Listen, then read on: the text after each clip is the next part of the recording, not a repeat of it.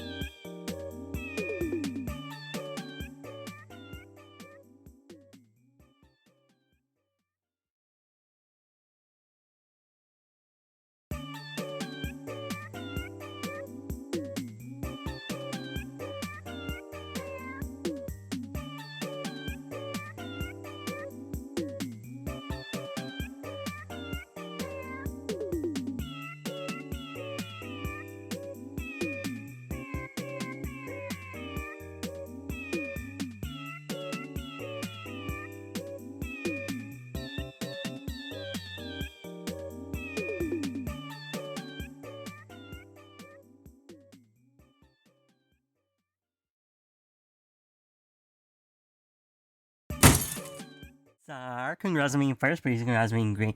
Breezy, how are we, gamers? How are we doing? What are you guys been up to? Do you guys have anything exciting?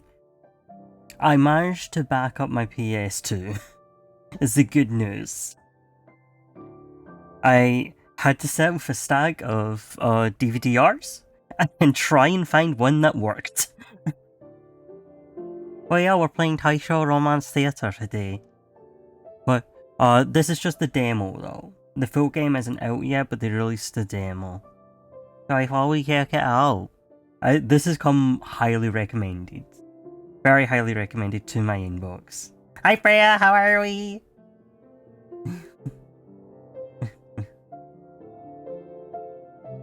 I believe in you, Freya. Keep going. Keep going.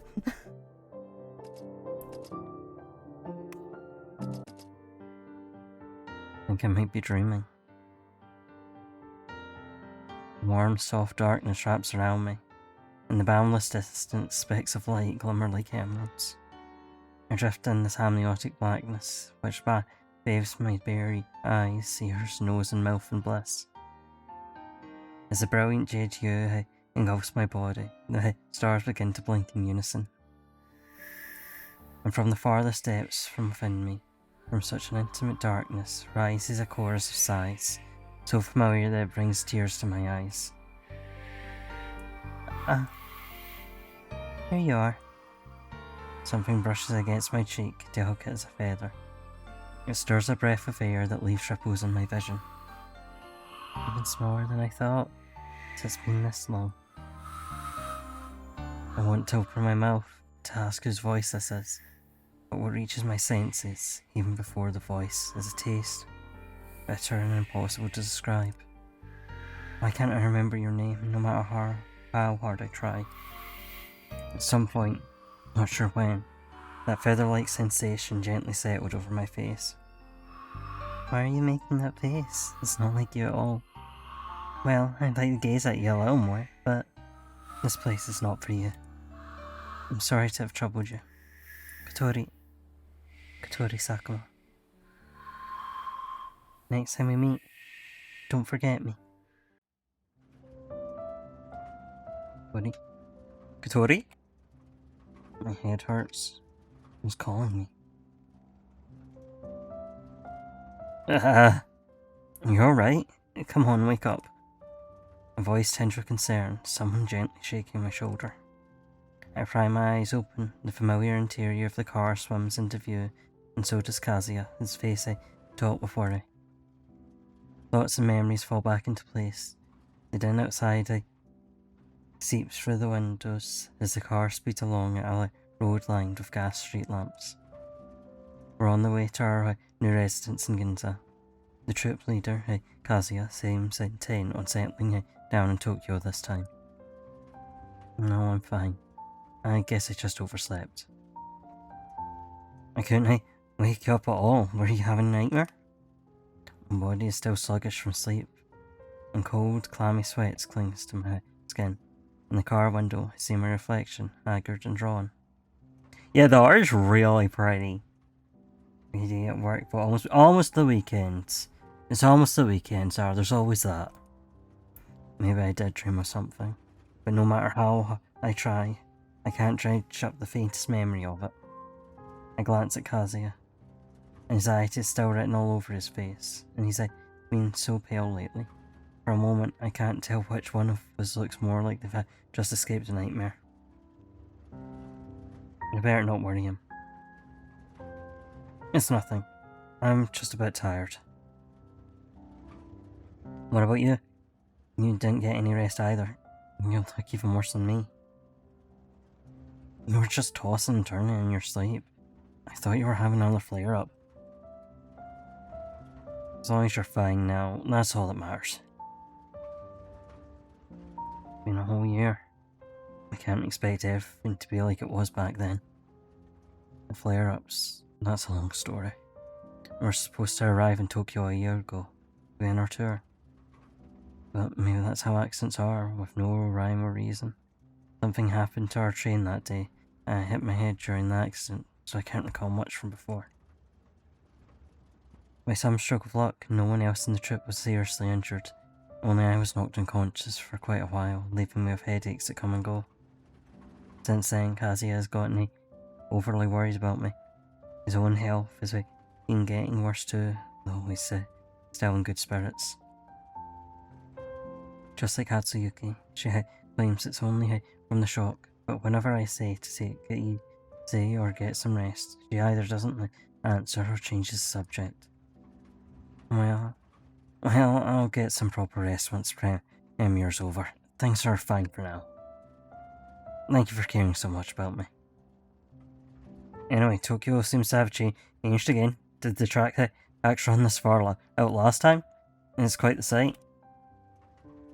Does it feel to be back after so long? Kazuya's words leave me at a loss. Everyone says I grew up in Tokyo. But, you know, what you I've only the call? most fleeting impression of this vast city. Alleviations. Thank you for the follow. How you been? How are you recovering? Big D. Also, this might be a problem with all big cities, but everything here just feels suffocating. The buildings, the railway lines, the bustling throngs. Do I really fit in here? What was that? Nothing. Well, if you really want to know, I'm just a bit worried. Why this all of a sudden? We can't possibly be the only trip in Tokyo, can we? So that's what's bothering you? I'll be fine. It'll be fine. With you and Hatsuyuki here, all we need is to keep doing what we've done during the tours. Hi, sign up! Sign up, eh? Let me know. How are you? How you been? But I suppose it's good that you're so nervous. Who's nervous? Alright, have it your way. Well, Hamura Sensei gave me a script a couple days ago. Want to go over it together tonight? Hiya, Bake! How have we been? What have you been up to today? Hamura Sensei came back? Hamura Sensei is a playwright on good terms with Kazuya. Kazuya has always held them in high regard and entrusted them with the script this time. Hey, good luck. Good luck. Although Hamura Sensei is technically a member of the troupe too, they've always been elusive. I haven't seen them a single time in almost a week on the road. I thought we'd be waiting a while longer. I mean, it's just that no one told me. Sorry. I was planning to tell you once we got settled. Since we've been on the go lately, rest has to come first. What's the sign up, you won't tell me what your project is unless you're not allowed, then you're not welcome to. You know. Just got a surgery. Hey, I hope she recovers well. Nihonbashi. Hey, we're almost... Sorry. Nihonbashi. Hey, we're almost there. Once again. Fine, I'll let you off this time. So, this is Ginza. The closer we got to Ginza, the more I can sense Tokyo's opulence. My only real impression is of the crowds, but here at least, the extreme value of every square foot of land is almost tangible. Living in a place like this, Kazuya said we have an investor's backing, but still can't help feeling uneasy. Not to mention the car rental fee. We used to pinch pennies to make ends meet. My thoughts drift further and further away, and by the time I regained my focus, Kazuya had already moved on to another topic. Oh, did I ever tell you about where we'll be staying? Sorry, what? Apart from mentioning it's in Ginza, he's never brought it up. Or must have slipped his mind with everything going on. The house we're staying in, half the ground floor's renting out to a cafe. I hear it's quite a popular spot. No, coffee isn't really a novelty in Tokyo anymore. Their fresh fruit ice cream's one of kind. Remember you and Hatsuyuki loved this back in school. You were the only ones who could afford it. I almost say, isn't it kind of weird eating cold treats in winter? But the look on Kazuya's face, somehow stops the words in my throat. It's like he's lost in memories. Maybe I really did love those little treats back then. I'll give it a try if I get the chance. We're still got some way to go. Anything else on your mind? Why the sudden interest? Where to begin? I guess we'll start with how things were before the trip came together. We first met in Sasaki Sensei's piano class. You always had that stony face, looking so glum. I couldn't really hold a conversation, so Hatsuyuki tried every trick to make you smile. We found out you liked ice cream only because she dragged you to try out the nearby cafe. You barely said a word, but you sure weren't try it with food, so... You blurted something out, which is how we learned that you just thought it was so cool. Hey. As much as I'd love to shoot this down, this does sound like the kind of thing I'd do. Judging from Kazuya's expression, We could keep going. No, I don't think that'll go well. Let's leave it at that. Anything else? How have you two been lately? You and Hatsuyuki both look so worn out every day and your mind's always wandering. You two aren't keeping anything from me, are you? Eh? No, why would we... Haven't even said anything and you're getting all worked up. Sorry, I just what? I was just teasing you earlier, but the truth is I also... And while we've had so many delays getting to Tokyo, I didn't want to bring down the morale. Kazuya forces a smile, but it seems rather strained. I'm sorry, I shouldn't have pushed you like that. But you know you can talk to me about these things. Yeah, I know you worry about me too. Thank you. I can tell you have more questions, don't you? What's the script about? Hamano-sensei said it's based on your... Right, you don't remember. You once brought back a manuscript of an old play from quite a long time ago. Hamano-sensei took a look and said it was very inspiring. Apparently this new script was influenced by it. I brought that? Yeah, but that was ages ago, back when the trip was just getting started. Later you gave the manuscript to Hamano-sensei. If you want it back, I'll ask for it when they return. Kazuya, sometimes I think he really takes things too seriously. It's fine, no need to bother. As we speak, the car makes a turn past the cafe sign. It veers away from the bright, bustling main street and comes to a stop in a narrow alley. All that glitter and glamour, all that glitter and glamour vanishes abruptly, along with the words I meant to say. The alley is deserted, but neatly swept. The space before the doorway is lit by the dim glow of a yellow lamp. The cars carrying the other members are already parked up ahead, and people are moving back and forth with luggage. Alright, let's go. I didn't even notice Kazuya getting out.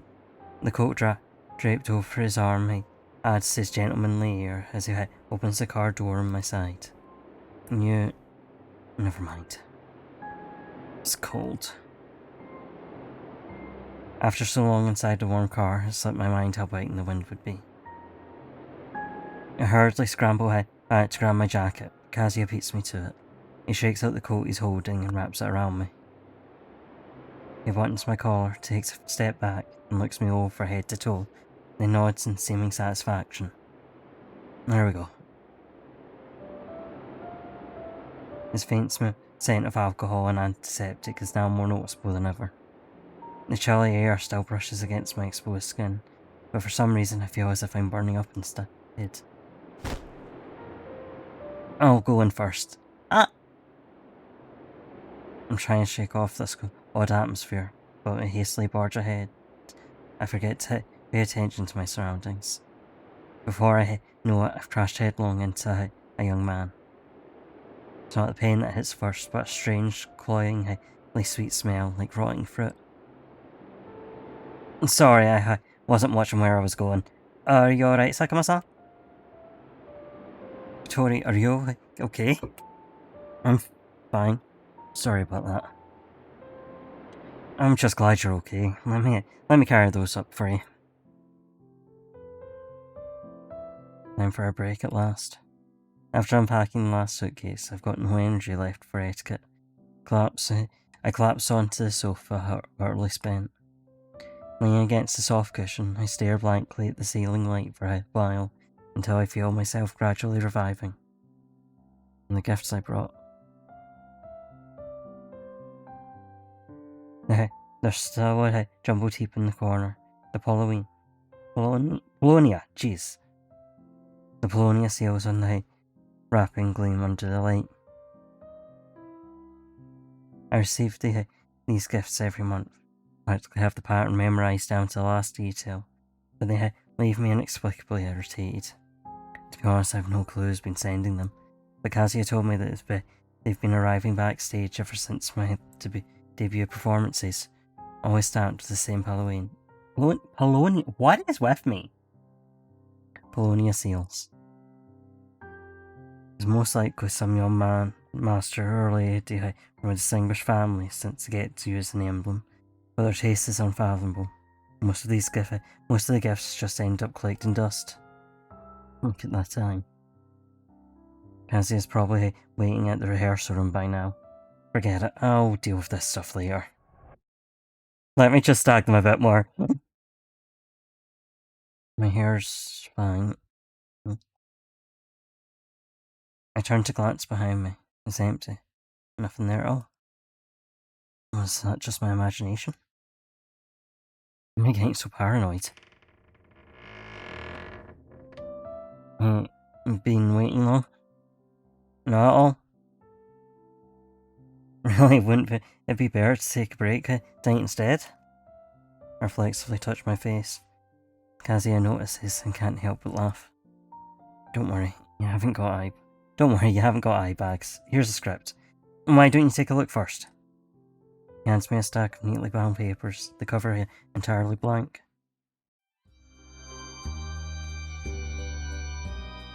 Got any rice? Oh my, Takumi-san. Emma, you've come at an unfortunate time. The aged rice is long gone. All that is left is the grain from the new harvest. Not a single bag? Not a single bag. If you want some, you'll have to come earlier tomorrow. And ready your purse, for the price has risen by 1 cent. Fine, fine.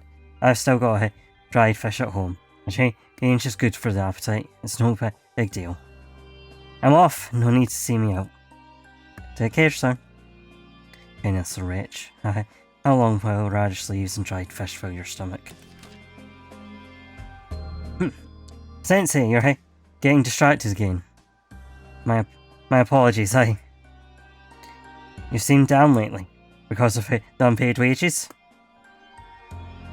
You're still a student, you needn't worry about these things. I'll be here for class no matter what. No, I'm not thinking about school. It's just that I saw a job advertisement the other day. For a newspaper. I was thinking, you write such fine essays, Sensei. It wouldn't hurt to give it a try, don't you think? And it pays so well. It has been years since That doesn't matter, Sensei. There's a lot of students eager to try their luck and in urgent need of your guidance. I'm out of firewood. God, imagine if job advertisements were real. Imagine if job advertisements weren't all scams. Rice too. Where did these rats come from? Not a green spirit. And there's still the rent. Is it true? With no money, is there no hope? At least this pen can still write.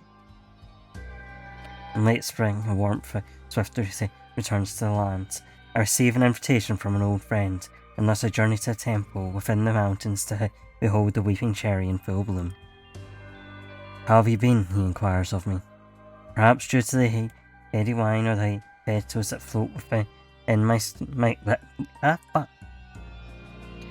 my cup, I find myself wholly intoxicated. The deepest truths of my soul, it seems, can only be spoken amidst such sweet scenery. Wait, why is it cut off? Kazuya doesn't seem surprised. Maybe it's a misprint? Never mind, I'll improvise for now. Oh boy, improvising! I love improvising! Never did I think pursuit of happiness would be so exhausting. Parents less said of them the better, but perhaps there's some worth to be sifted from their actions. Simply think in this moment, all is well. What do we think? What do we think?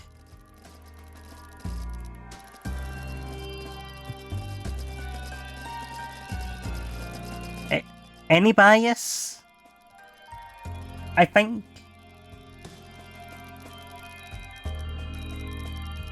I will love some seconds for if anyone has bias. Okay, but I did want. Don't worry.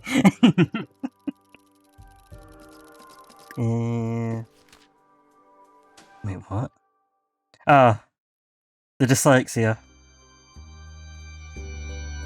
As soon as I speak that line, the remaining text is swept away by some unseen force. In its place, black lines rise and squirm across the page, weaving themselves into new words faster than I can blink. Oh, the dyslexia. My blood feels like it's boiling, surging through my veins, searing my throat. The pain blazes like I'm swallowing flames, as if raw flesh is being torn from my mouth to feed those growing black lines.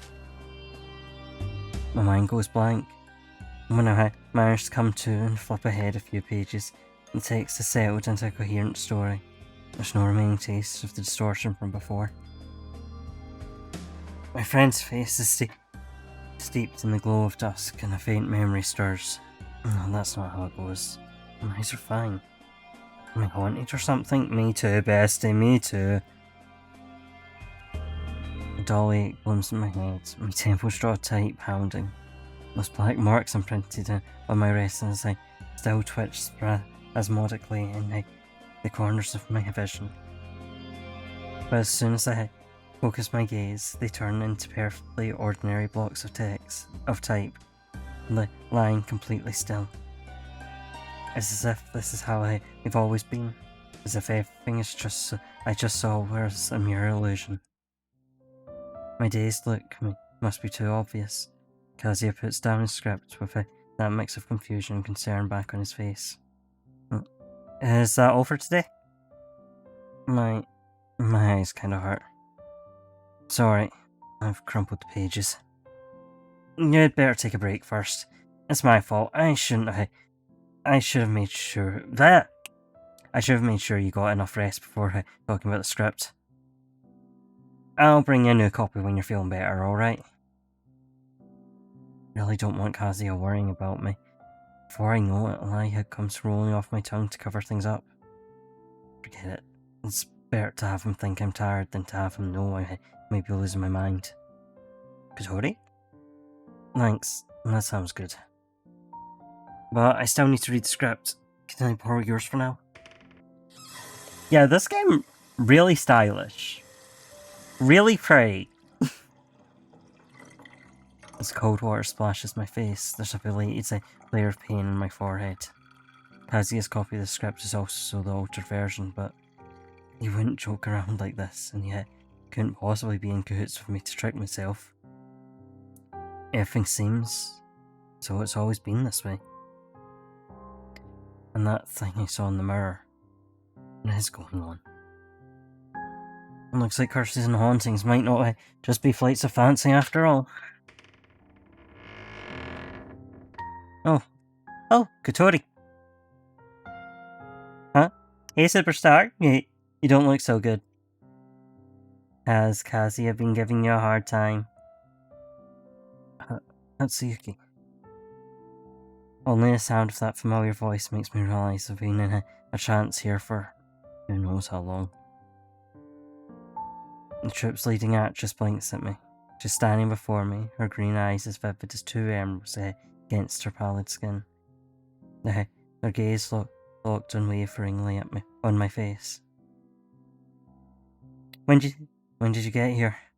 No, wait, did you get any rest? When? Oh, I guess around the time a certain Kotori was spacing out and his stomach started growling. Really? Alright, let's go grab a bite to eat. You can't sleep on an empty stomach. Just think of it as keeping me company, okay?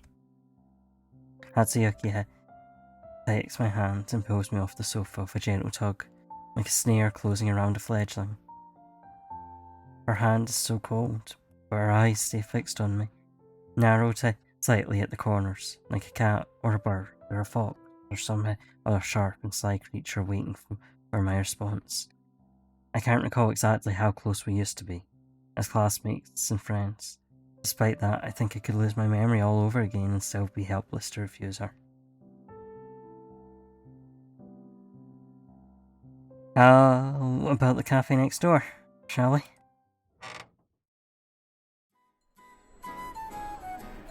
Cafe's fireplace is lit.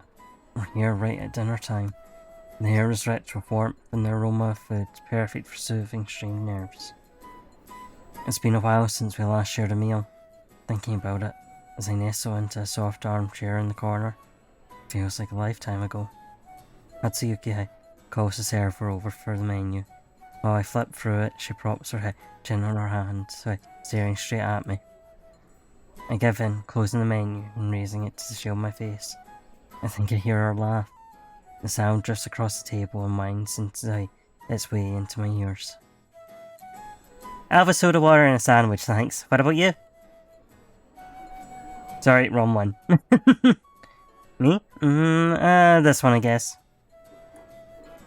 There's a rustle from her side, and the menu is plucked from my hands. Matsuyuki say, "Thank you." Hatsuyuki stacks the two hefty folders together and passes them to the waiting server. When the server is gone, her gaze returns to me, her expression abruptly serious. Alright, enough of that. What's with you today? Yeah, you seem so out of it. You're giving me a real scare. I'm not like Kazuya. I won't just let you get away with an I'm fine. Her tone is light, but I know what she means it. There's no bluffing my way out from under that gaze, not today. I'm not sure where to start. Then start from arriving in Tokyo. How about that? If you say so. Hatsuyuki's gentle eyes trained on me. A feeling slowly stirs. The sense that it might not be too bad to talk about this after all. When I finish my last sentence, Hatsuyuki is still watching me, silent, solemn. After a while, she smiles. There's something a little uncanny about it. Had any dreams lately? When I fell asleep in the car, I think I dreamed about something really important, but I can't remember what it was. Let me think. I'm sure you've heard all sorts of Japanese legends about gods and spirits, haven't you? There are more deities up in Takahara than there are grains of rice in a vat. Wait, are you serious? Since your surname is Sakuma, I'd say that's the most likely possibility. Here, hold up your hand. Look light for me. What's Sakuma going to do? But even as I think this to myself, I'm already reaching out to enfold her small, cold hand in mine. That odd flowing sensation revives within me, a restless current which seems to be drawn towards something, but without the searing pain from before. Hatsuyuki's hand, specks of light emerge from nowhere. They flicker briefly, and as if needed by an invisible force, they condense into a little bird that glows with faint blue light.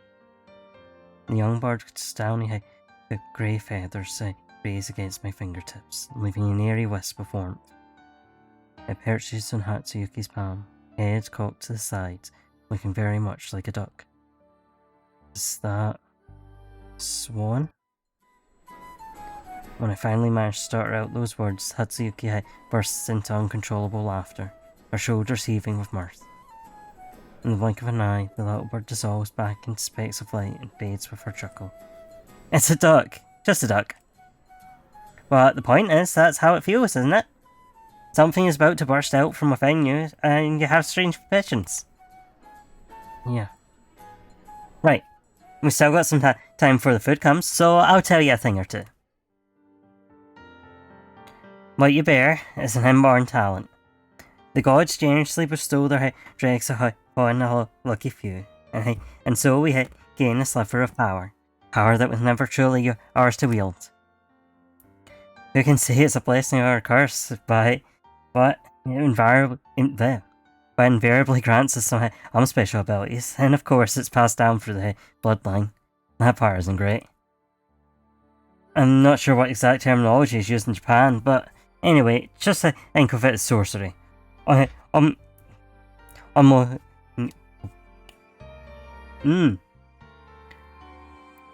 Onyodo or Shinto magic. That sort of thing. According to most, let's call them mages. According to most mages, there are two kinds of magic.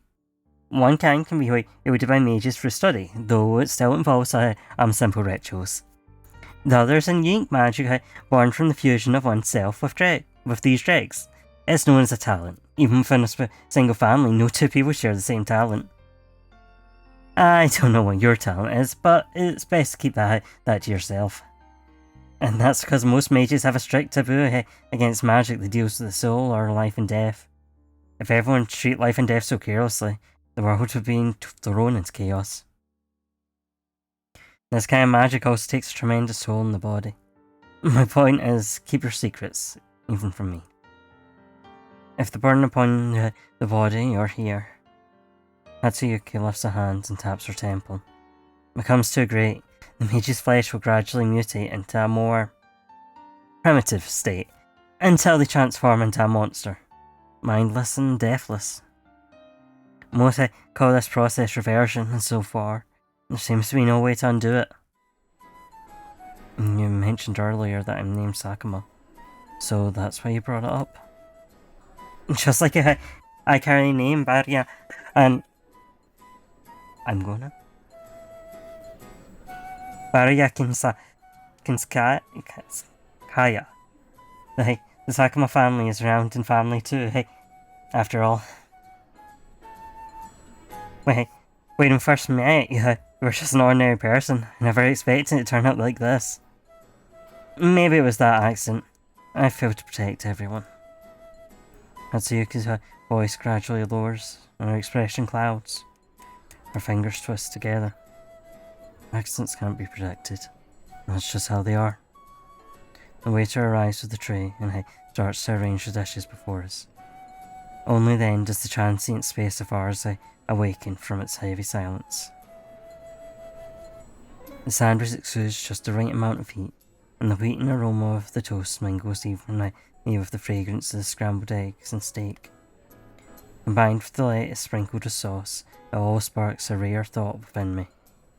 That seems worth a try. Before Hatsuyuki sets a plate of Let's get funky! Let's get funky, Dusky! Before Hatsuyuki sets a plate of cognac drizzled with black syrup, she frowns as she struggles to swallow an entire piece. She wants to say that she hates this sort of thing since it's like biting into a lump and slimy slug. I might be making my doubts too apparent.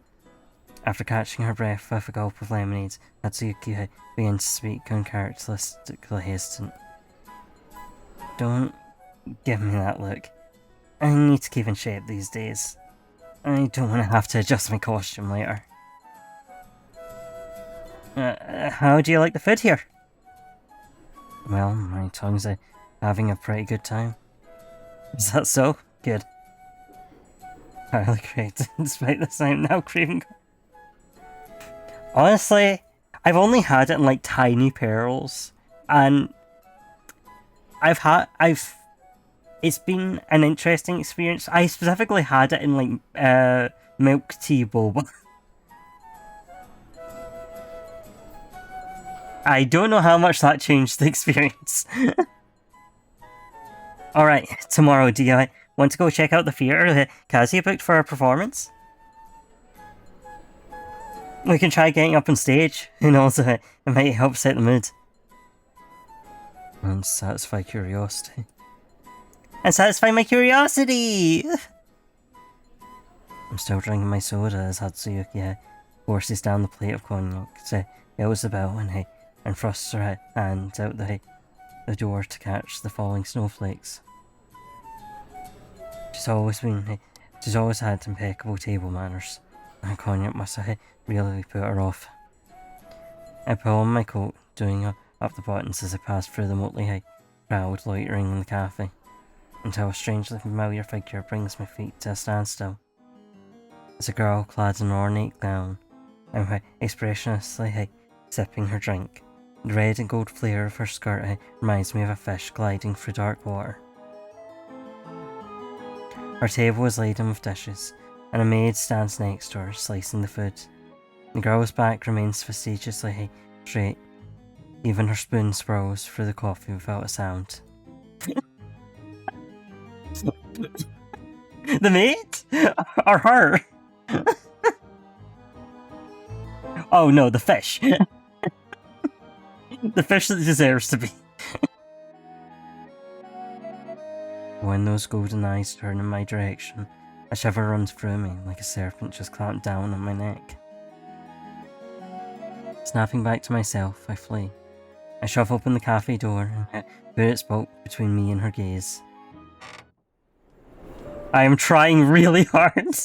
I'm trying so hard. What's up? Why the rush? Nothing. We should get going. We should get back. Hatsuyuki saunters down the street with me until the sky is darkened and a thin line of a thin layer of snow carpets the ground, already melting in the warm air as showing from the storefronts, and then freezing again to forms like ice beneath my feet. Round the corner, a simple udon still sits at the mouth of the alley. The rich scent of oil and soy sauce bubbles forth. It brings a touch of life to the otherwise deserted alleyway. Even from this distance, I can hear the drunken hubbub at the stall. Chief, can you keep it down? What, so that bastard can dump this hot potato in my lap and I can't say a damn thing about it? How's this even supposed to work? He claims he got no connections, so he thinks I've got enough to deal with that old foxy's tricks. But we don't have any other choice. Chibata-kun, as soon as something comes up, you're always cringing with your tail between your legs. Knock it off, though it's not like I can handle this either. Tell me, what the hell does he want from us? The kid refuses to go home. What am I supposed to do? Break his legs and drag him back? What a shit show. Guess I've just got to put up with it. Chief, please, that's enough. Huh? The inebriated woman suddenly swivels, like she has eyes in the back of her head, and shoots a glance right at us. Then she gives the young man next to her a hard smack on the shoulder. Oh, Chief! Whatever, just eat your noodles. By the time we skirt round those two drunkards and make our way back to the lodgings, night is fully descended.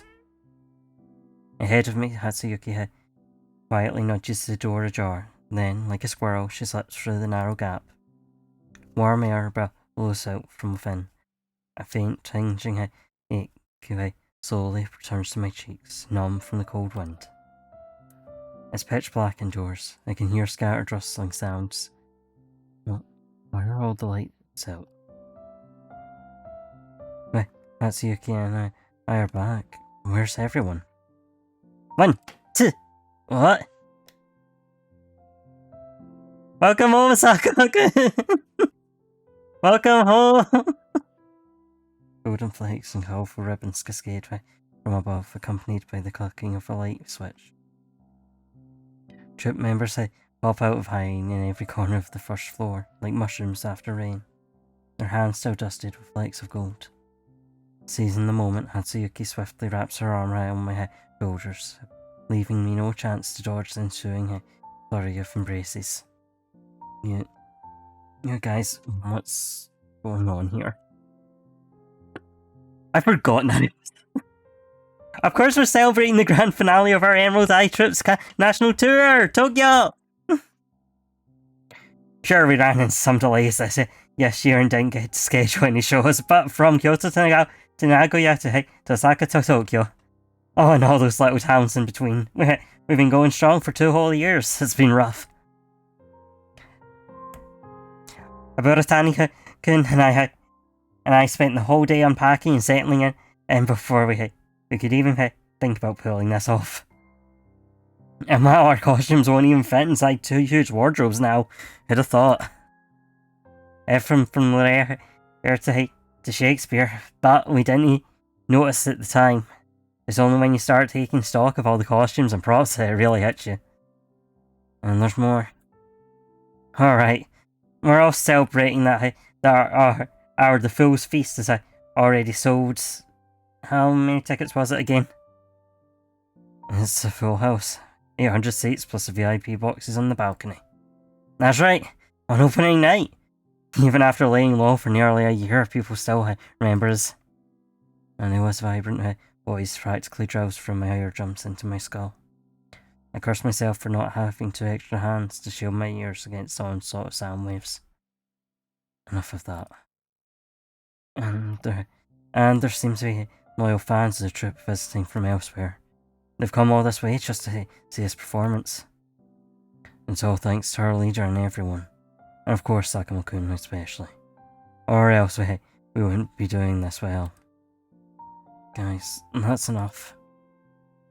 Oh, what's the matter? Could it be our hotshot leading man who sells out entire theatres is shy about being so popular? Don't you join in too? But of course, who can resist this awkward look of Kotori's? When he's obviously over the moon, but thinks it's uncool to get excited about compliments. Natsuyuki lays bare my exact thoughts with a grin, and as Kazuya and the others laugh, the heat rising to my face might be enough to steam me alive. Hey, alright, my cake's ready. I'm not late, am I? You're all in such good moods. What are you chatting about?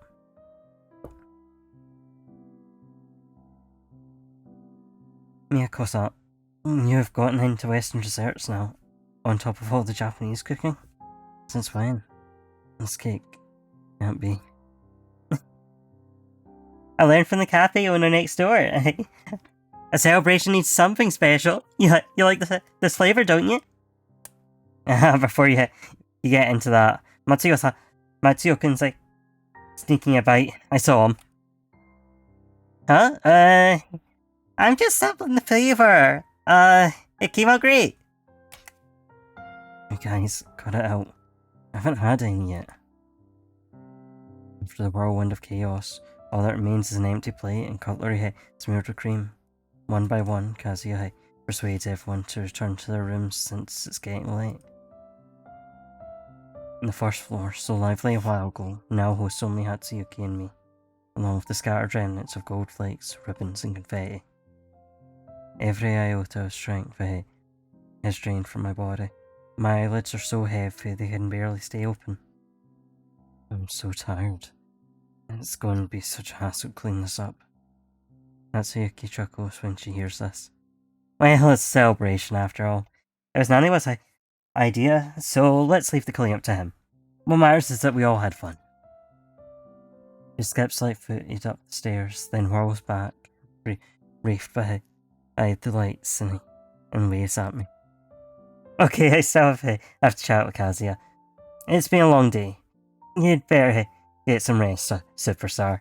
We've still got the theatre trip tomorrow. Really am exhausted. Back in my room, I can't even be bothered to wash up or get changed properly. Almost as soon as my head sinks into the soft bedding, sleep engulfs my eyes. Perhaps because so much happened today, my sleep is flooded with a dizzying array of fragmented dreams. When I next open my eyes, the room is still shrouded in darkness. My body feels like lead, and a sharp, sour taste clings to the back of my tongue. I'm so thirsty. What time is it? Switch on the bedside lamp. The warm glow of the bulb sheds a dim amber light across the room. The desk clock emits a steady mechanical ticking.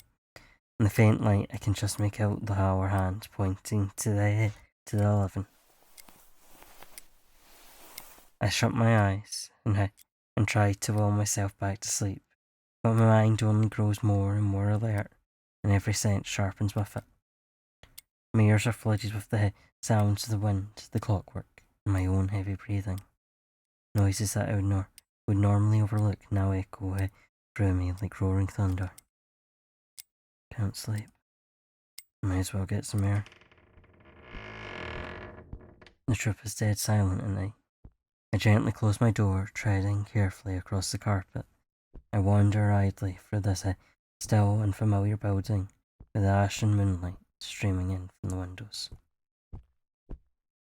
My room, Natsuyuki's, and Kazuya's are on the second floor.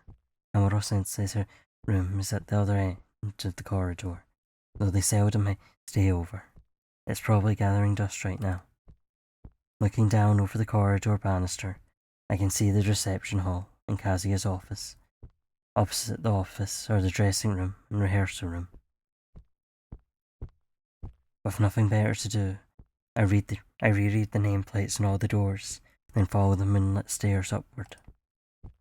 The third floor houses the other members, Every door is shut tight, as if the occupants are already deep in slumber. The light at the end of the corridor looks out upon the late night streets of Ginza. There's no sight or sound of humans, only the gas lamps and the stars simmering together in soft hues. I tiptoe down the corridor, and as I pass one of the rooms, the murmur of voices brushes against my ears. I did eat something today. I tried to throw it up and I got back, but just can't get it out clean. Is that Matsuyuki? Do you think it'd be better to cut it open and clean it out? The person answering her seems to be standing farther away. Their voice is too muffled to make out. Shion! Shion would love this! Have you gotten any better at this? The stitching last time was a real mess. I could feel it even through the clothes. It's my fault too. The more times it's cut open, the harder it is to sew it back together. Usually I can empty things out just fine. I don't know what's wrong today. But, are you too tired for this? It's winter, so it'll be a while before things start rotting. That should be fine, right? What are they talking about?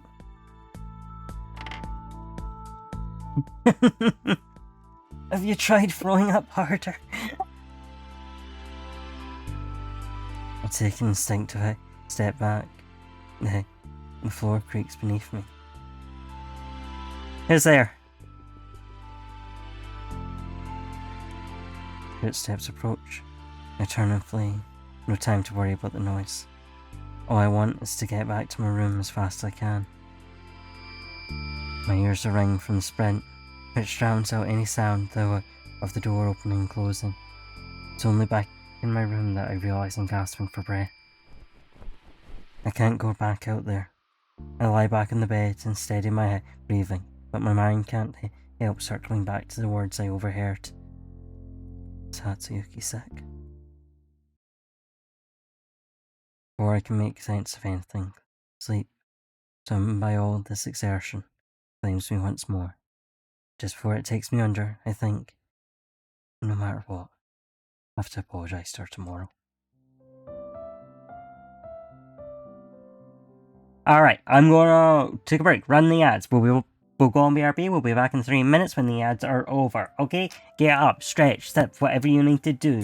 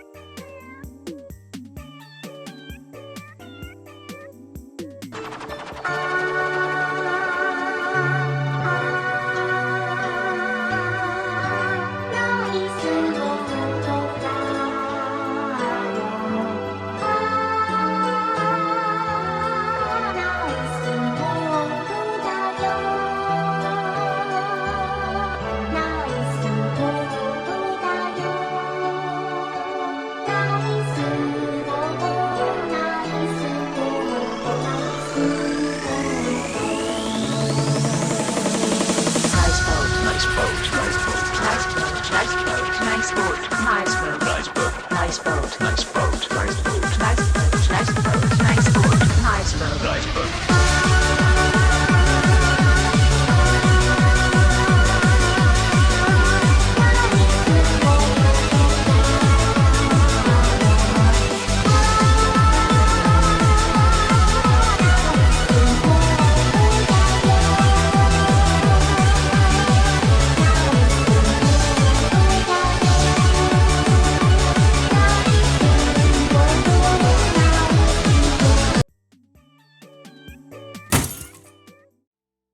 Okay, I hope you guys have recovered from being scared.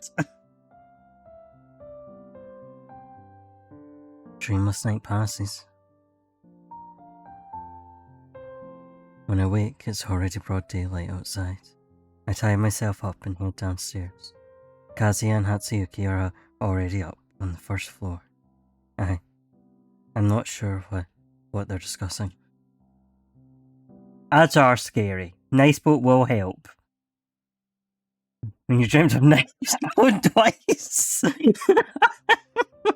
I dreamt of a really nice boat.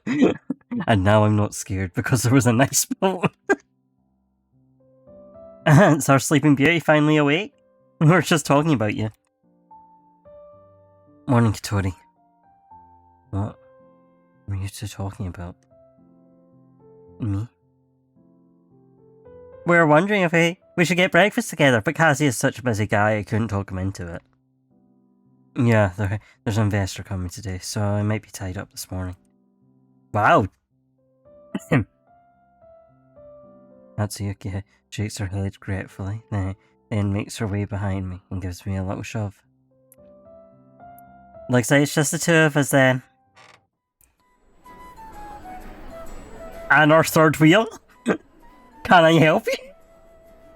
By the time we get to the cafe, it's well into the morning. There are already a few tables occupied. The girl I saw yesterday is still seated in the same spot next to the window, her head slightly lowered as she sips her soup in silence. I force down my budding unease and find a spot to sit with Hatsuyuki. There's a petition adorned with greenery, which blocks the view, making me feel somewhat better. Hatsuyuki calls over a server and orders a cup of hot milk. I still don't have much of an appetite, so I just ask for a croissant. Something on your mind? I couldn't sleep last night. There was a nice boat. I kept dreaming about it. Hatsuyuki adopts a theatrical look of dawning revelation. After the waiter sets down our food and walks away, she knits her brows and lowers her voice. So that was you? This might be a problem.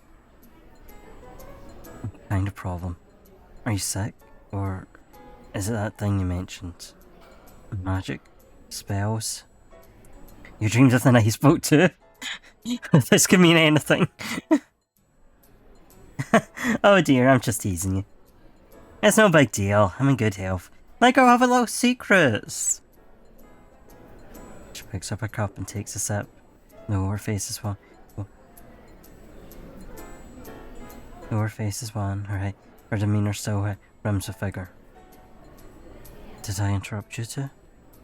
You could say that. It was quite the shock. Sorry. Hatsuyuki sets down her cup, stroking her chin with mock serious air. To make amends, how about you go to Yokohama with me to see the flowers after the performance? I hear they've opened a new park over there. You and Kazuya both need to take a break sometime in spring. Settle then.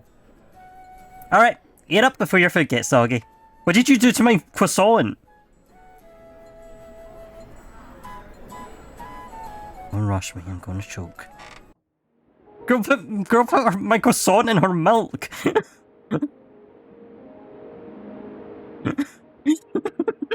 dumped her hot milk in my croissant, went, gotta hurry up. Gotta hurry up. Just hovering over my croissant with her cup of milk. Gotta eat fast. Gotta eat faster, it's gonna spill. We finish our meal, and just as we leave the cafe, a car pulls up to the alleyway entrance. A young man gets out of the car, shakes open a black umbrella, then bends down to open the back door. Damn, if only Breezy was here. A long-haired man draped in a howdy hat steps out of the car. The umbrella shields him from swirling snow, and even as he is escorted into the alley, his striking scarlet figure stands out stark against the sea of grey. My gaze lingers on his back. When that face comes into view, even for a fleeting glance, I can't help but freeze. Who is he? What was that? Nothing. Let's go. Breezy summoning circle, breezy summoning circle. The theatre reserved for the premiere isn't large, but its decor is surprisingly exquisite. You two are members of Emerald's Eye, right? Are you here to check on the auditorium setup? Setup? Mochitsuki-san has rented a small auditorium here for rehearsing on a long-term basis. It's been set up as requested. I can show you two around now. How is he paying for all this? Are we free to use it? Of course, please follow me. We follow the theatre staff down a hallway carpeted in red wool, finally stopping before a massive door of black walnut. The door stands ajar. It takes staff members some effort to pull it all the way open, revealing a sizable truss stage. The grand drapes are gone, exposing the set behind. Several crew members are adjusting the lighting. Just as our guide said, this place is ready for use. Hatsuyuki stares briefly at the stage, then turns around. She's silhouetted against the lamplight, her eyes gleam from the shadows. This doesn't happen every day. How about we give it a go? In the blink of an eye, Hatsuyuki whips out two scripts as if by magic. She tucks one into my arms, and I feel an answering twinge of eagerness. Ever since the accident, Kazuya has insisted on my recuperation. It's only in the rehearsal rooms that I regain my sense of being an actor. But faced with a real stage, however I feign nonchalance, there's no deceiving myself. I can't pretend I have no desire to stand upon it. Well then, let's try it.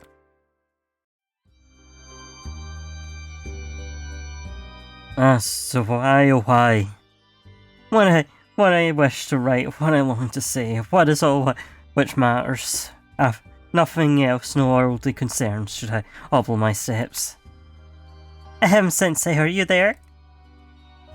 I've brought you some rice.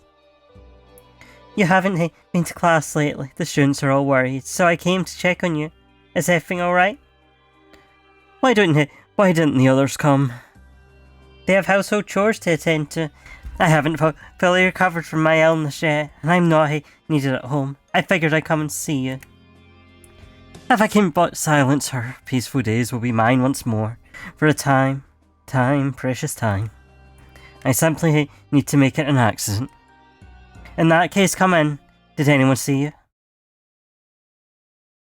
The spotlight falls on Hatsuyuki. She opens her mouth, but no sound comes out. It's her line next. Why isn't she speaking? In stifling, frozen silence, my unease grows. I hear the crew muttering. Hatsuyuki? The instant I say her name, her body sways, and then she collapses heavily onto the stage, landing with a dull thud. What's wrong? Are you okay? My mind explodes into tumult. I practically trip over myself scrambling to her side. She lies quietly on the cold, dusty floor, her cheeks smudged with a trace of greyish powder. No matter how I shake her, there's no hint of a response. I reach out a trembling hand. Holding my breath, I gently bring it closer to her nose. She's not breathing. I push my nerveless hands against her chest and push and press up and down again and again. It has to work. She'll be fine after this. That's what they all say. Press until my hair tumbles over my eyes, until fine beads of sweat ooze from my forehead. Hatsuyuki opens her mouth and lets out a soft sigh. I knew it'd work. Thank goodness, Hatsuyuki. Don't scare me like that. Please, wake up. Wake up? Hey. Wake up, motherfucker! Stiffly, I press my ear against her chest. There's no pulse of life, only coldness and decay, a cloying sweetness wafting from her collar like rotten fruit. This has to be a joke. Just a joke. It can't be. We're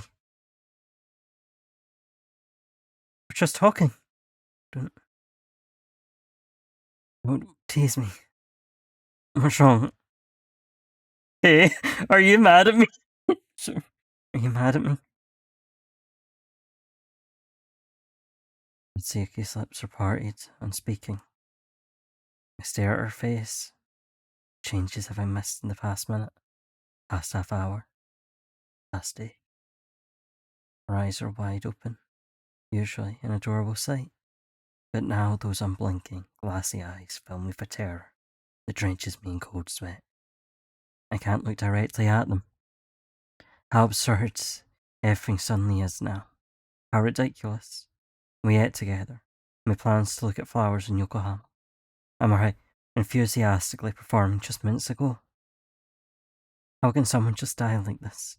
Like every colour has drained away in the blink of an eye, leaving behind nothing but a pale, empty shell. Where did she go? There's so much noise around me. After a while, it occurs to me the Kuru is screaming. Someone pulls me away. I tumble to the ground. It doesn't even hurt. Hey, watch out! Something's wrong! Call Kazimatsuru. What? Call Kazimatsuru-san. Stage lights shine down upon her. White light enshrouding white corpse. White dust drifting in the air. Uniformed people close in around the body, and the glassy green eye appears through a gap in the crowd, staring straight in my direction. Suddenly it shifts. I blink my dry eyes and finally see, in the shadows, amidst the dust and the light, looks a green-eyed monster. The monster ripples outwards, flowing across the stage. The monster looks at me. It crouches over Hatsuyuki's body, like a soul untethered from flesh, a fetus bursting from the womb. I've seen it before in the mirror, the white feathered monster. Yotaro.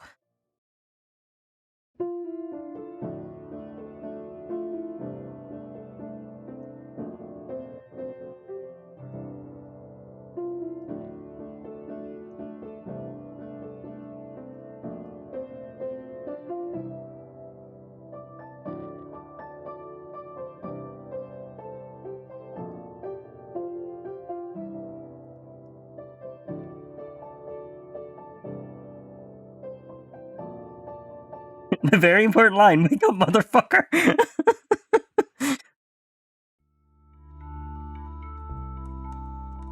How very impolite of you, Mochitsuki-san. Mochitsuki-kun. I merely came to inquire how the boy is doing. I never imagined matters would take such a hazardous turn. Alas, now that it has come to this, I can only offer my sincerest apologies. You. Has your wound split open? Youngsters are so reckless with their health. I'd appreciate you keeping this meeting between us, Mochizuki. After all, when it comes to family, it's only natural to get a little carried away. Wouldn't you agree? You drove Kotori away years ago. He doesn't remember a thing now. Why are you still... Why? Mochizuki-kun, you ought to understand the reason better than I do. One more thing. I rather suspect that my dear Kotori remains unaware of what you and Miss Bariaka in Sky have been keeping from him. Am I right? Would you know that? Minoru-san. No, hey, the snow has stopped. My, look at the time. Well then, let us draw this little encounter to a close. Mochitsuki-kun, if you would be so kind as to inform your teacher that I would very much like a word with him in the coming days, preferably sooner rather than later. Come along, Serena. So many stitches. My, this is quite something. This crown seems partly translucent. And what's this? The lead on that powder really thick. It's pretty well preserved. I've never seen a spell like this before. A fine piece of work. Well, since it could go on stage, I guess with enough makeup, it looks like a living person. No wonder you called me in. Good job remembering to evacuate the civilians this time. Declare it a medical emergency, whatever works. Where's the person who came in with it? Did you get a rundown yet? Still no response. Come on, did it really scare him out of his wits? Hey, look up. An acute, intense throat of pain spreads through my jaw. But it's nothing compared to the dying agonies that Hatsuyuki endured as she lay there. If I'd noticed earlier, would everything be different? Anguish engulfs me, smothering me, rising from the depths of my dried out eyes. My mind restlessly chews through memories, spitting out scraps of details I once missed. If only we'd gone to the hospital earlier, gone back to rest earlier. If only. Somebody's speaking. The sound grates like the ringing in my ears. Hey, can you hear me? Hello? Hello? Sir? Why, I thought I was supposed to have some magic talent. Why could I only watch her die right before my eyes? Something so useless. Really useless. Was it because of that monster? It followed me here and killed Hatsuyuki, and I had nothing but lead it to its prey. I've had enough of this. Ignore me, will you? Snap out of it. Hey, get over it. A gust of wind pierces sharply through the side of my neck, then dissipates, leaving behind an icy sting and a damp sensation spreading across my skin. My nerves, trembling from the narrow escape, pull me back to the very reality I refuse to face. I look up and see a familiar face. It's a woman I saw stinking drunk at the udon stall last night. She's standing before me now, arms crossed, gazing at me with obvious displeasure. At sight of my face, she briefly falters, and her brows draw together, but she swiftly regains that impatient expression.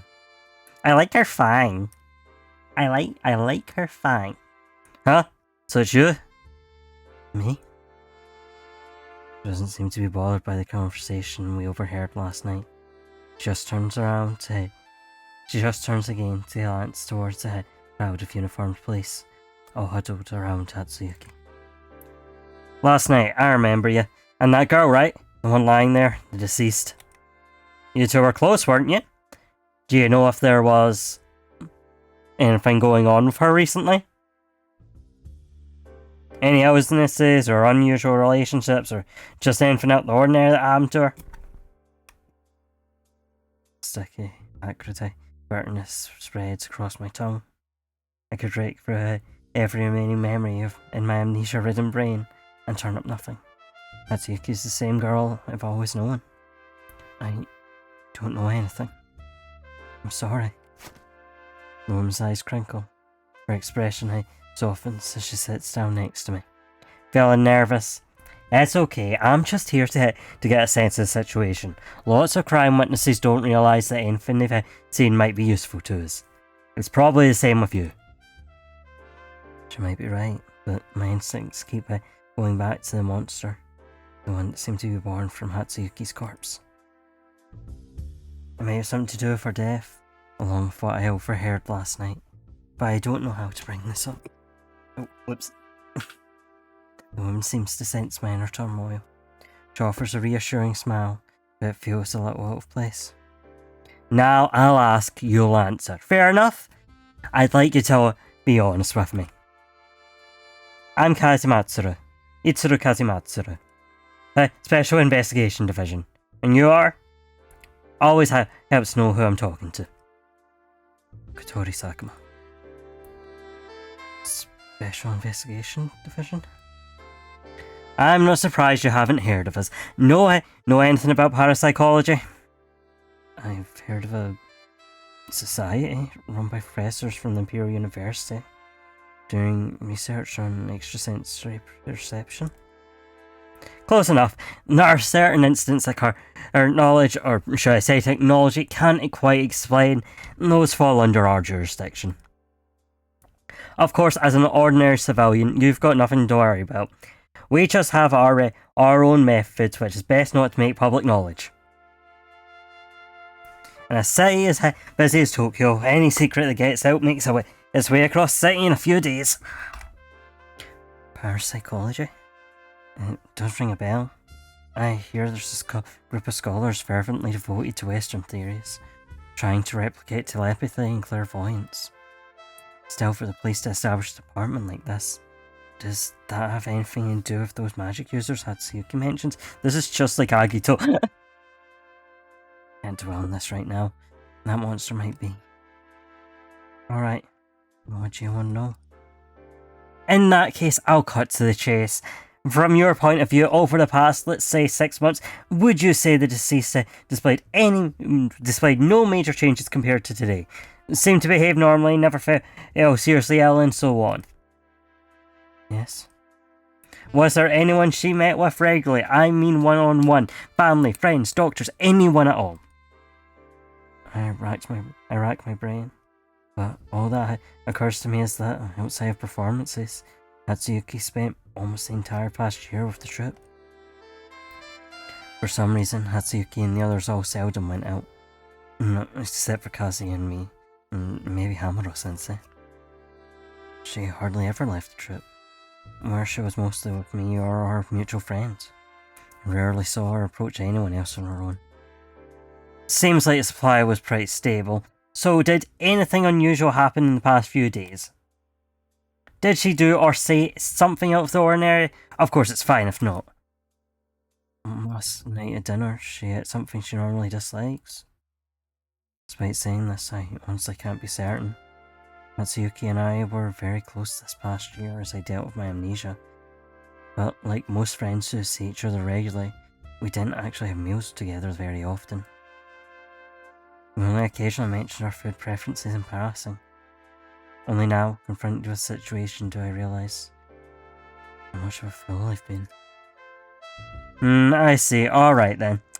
That covers the basics. Now we'll get into some questions related to the special nature of our division. It might give you a scare, but there's no time to ease you into things. You don't know what's going on with the corpse, do you? My lips move, parting and closing, slicing the words into shards that drive themselves into my ears, steady and relentless. If I'm not mistaken, she's been dead for quite some time. It's still unclear what could sustain a corpse's activity for this long, but with next to no decay, we'll have to hold off on our closer examination until we bring the body back. But how?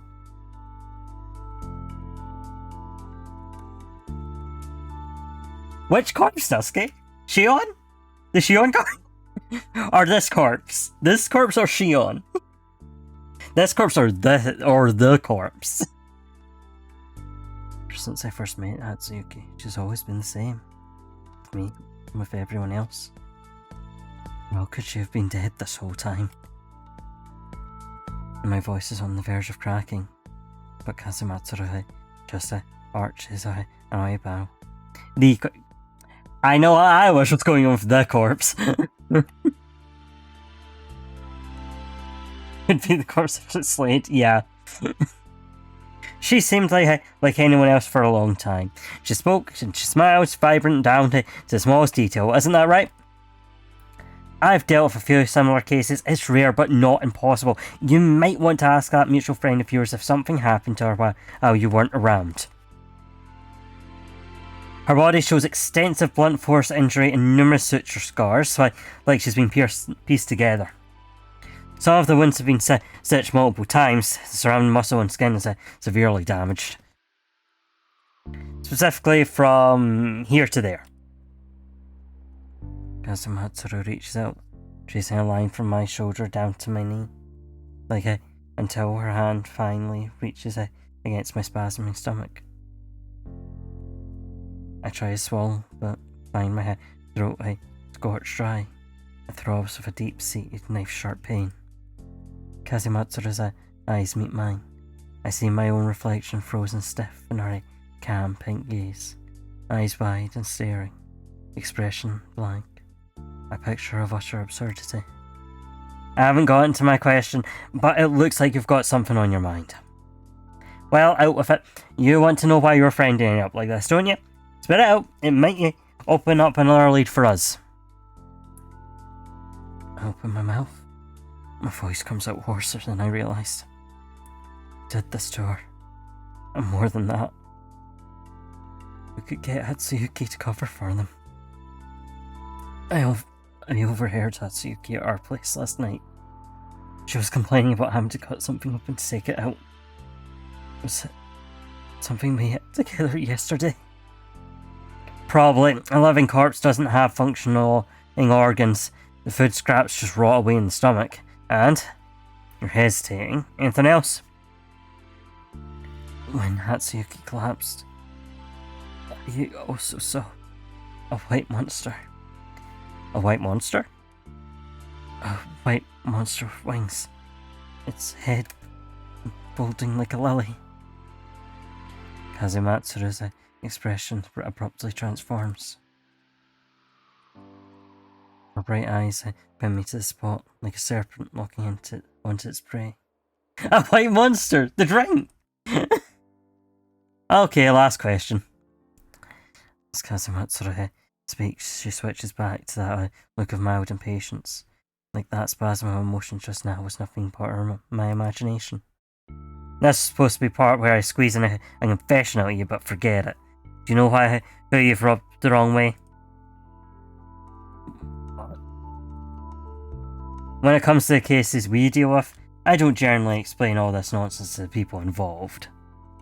Parapsychology this, special division that, it all sounds way too far-fetched, like something out of a novel. We have our ways of making sure you spill every last detail you know and don't remember a single thing afterwards. Oh, do you now? You won't even dream about it. Not even the nice boat.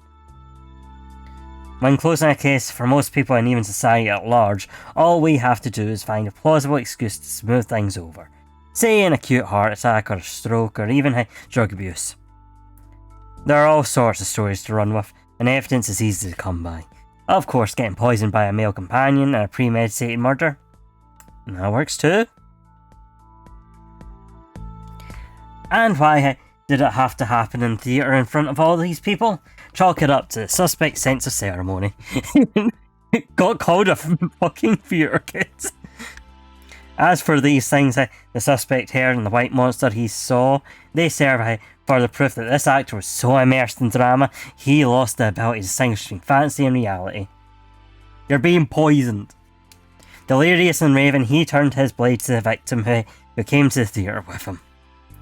During our inquiry, we noticed he avoids eye contact. His demeanour is furtive, as if he's hiding something.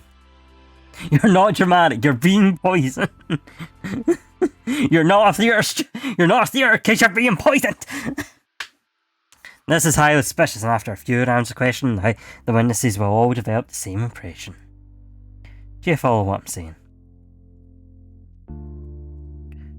You're threatening me. Very clever, but let's not put it that way. Call it a mutually beneficial opportunity. You don't want to know what happens to the people we take into custody. Do you get out of telling me all this? You've got a real knack for tough questions, you know that?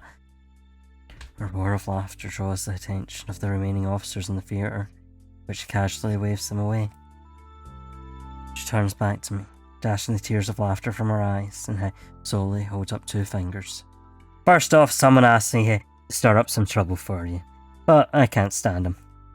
Second, it's because of that thing you saw. Oh, the thing? The thing? The thing?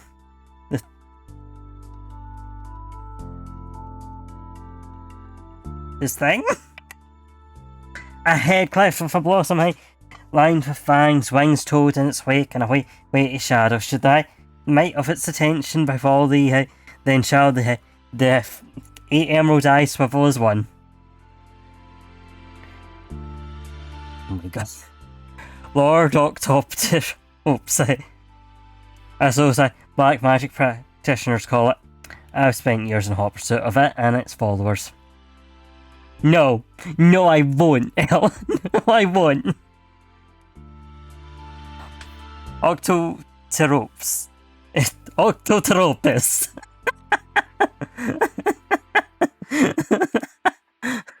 You know what? We're going to say it worse every time. It appeared next to the deceased me, meaning that your friend, who was turned into a living corpse, was almost certainly under the control of a black mage who worships it. We're after the same thing. Don't you want to learn the truth behind her death? That mage is sure to know more than either of us. Yay, the normal number of wings. 8 wings and eyes. Oh. That's my good friend Michael. I can let you walk out that door unharmed, but in return you have to help me find them. I guess I don't have much of a choice. What do you want from me? Ordinary people can't see the shadows of the gods. You can do that, can't you? My biblically accurate energy drink is like pussy. With those words, Kazumatsuru extended her hand before me. A whirling gale erupts from her palm, striking me square in the face. I instinctively hold my breath, my ears filled with lingering wail of the wind. This is... Clamp my mouth shut, but I can tell from Kazumatsuru's face that it's too late. You don't have to get into specifics, it's not that much of a snoop, and I'm not interested in sucking my family secrets. The point is, the fact that you can see Lord Octoteropus makes you a rare and irresistible new recruit for them, and I'll find some way to get the news to them. But judging from that reaction just now, you have something you'd rather keep from me, don't you? If you like, you can go take care of whatever you want first. I'll be in touch when I can. Or we can wrap this up quickly and then I'll handle the rest myself, meaning you'll be out of it. What do you think? What do I want to do? What do I want to do? These will lock you out of content. Okay, that's good. Okay, that is very good to know, actually.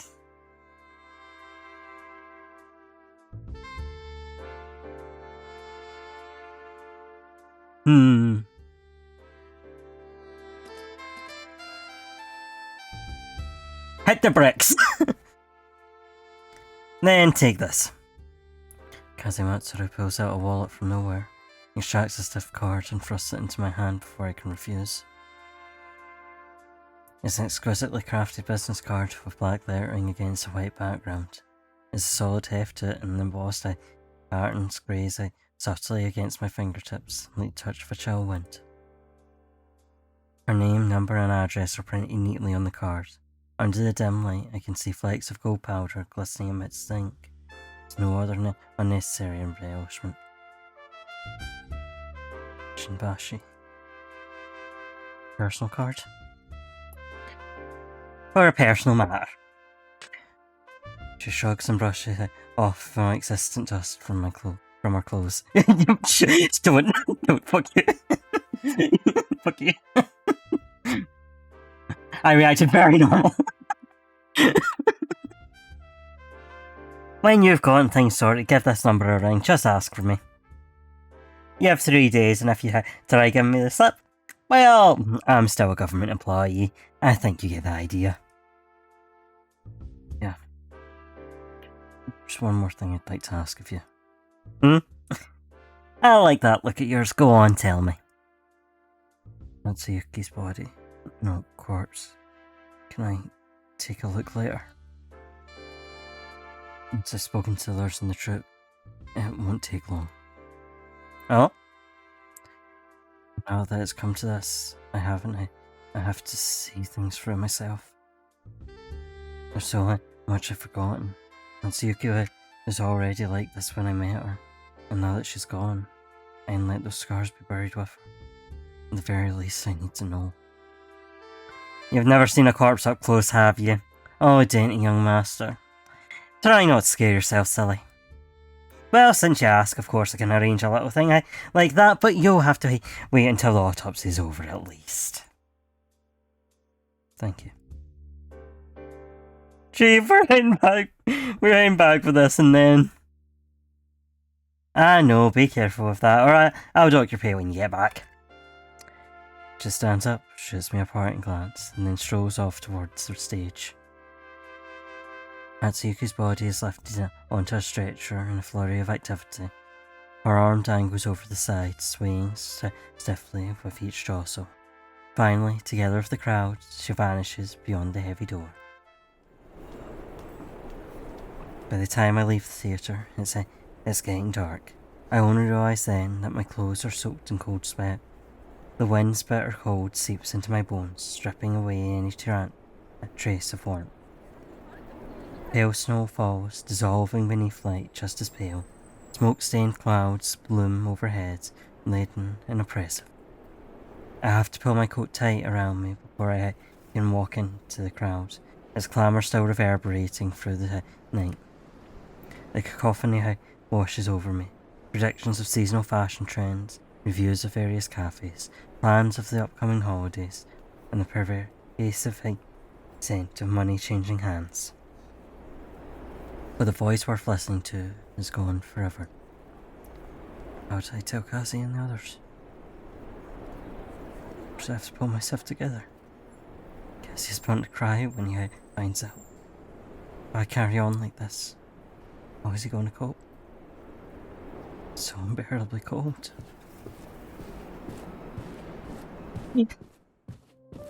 It was a choice, and I picked this option for I need out of having to switch between these two voices.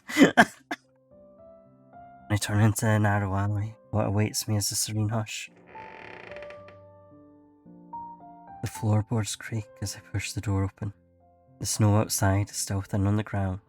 In contrast, the shadows and silence pull deep and dark within the room.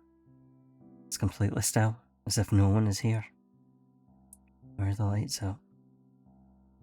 Kazuya? Not a single sound stirs in the house. Only the dull thud of my voice against the floorboards. Weird. In a whole day, you should be done with the investors by now. Kazuya? I have to talk to you. Are you there? I raised my voice a little, but still no reply.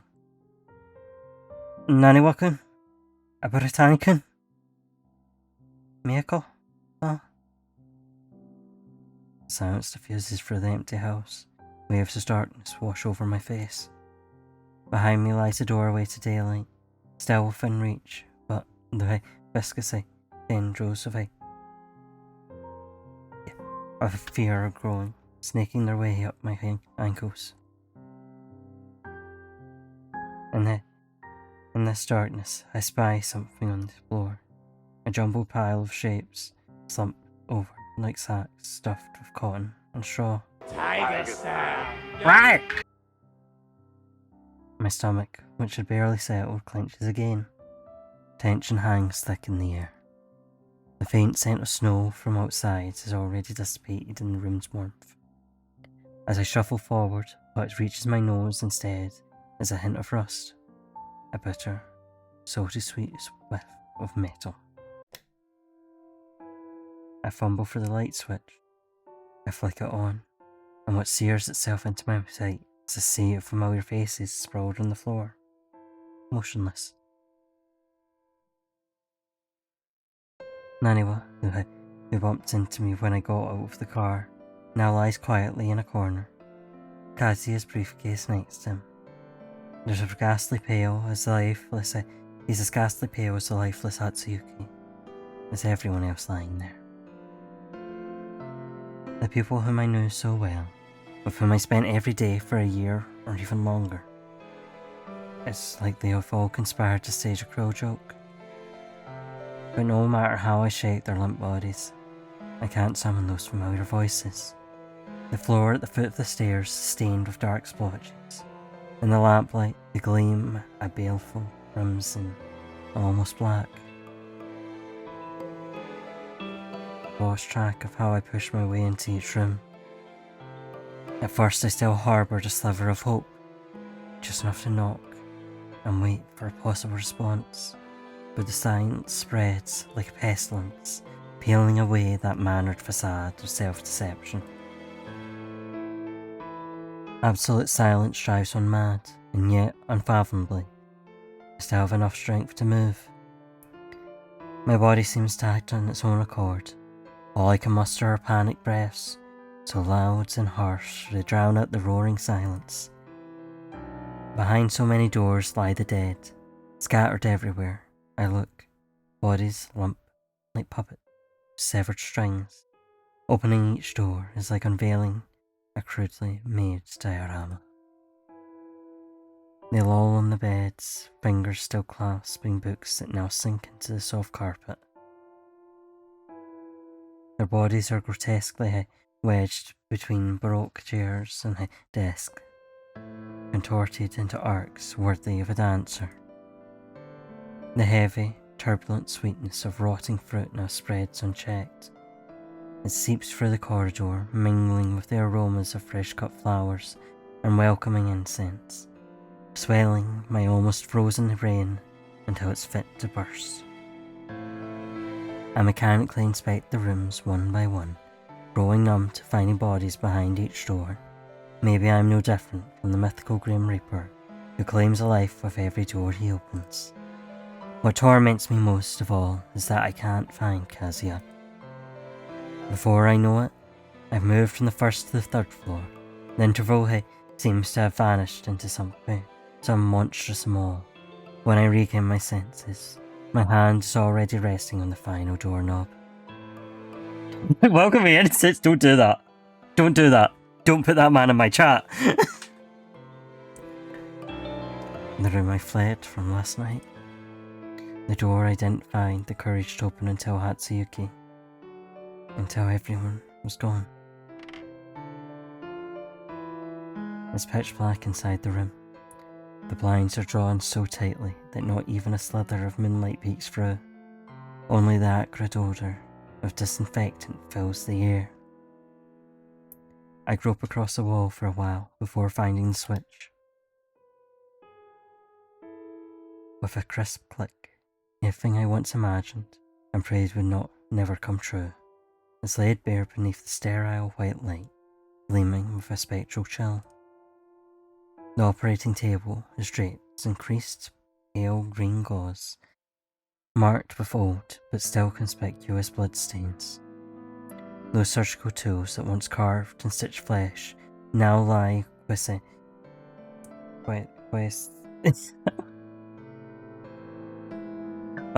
in a tray, and atop a stack of gauze rests a small lump of something soft and rancid. Limp, spongy. Stop poking it! Stop eating it! Stop eating it! Get that out of your mouth! Limp, spongy, and bitter to the taste, easily ground to small pieces by teeth. Just immediate. Damn, Cognac stand is just sitting in this operating theatre, I guess. Guess I'll fucking put that in my mouth.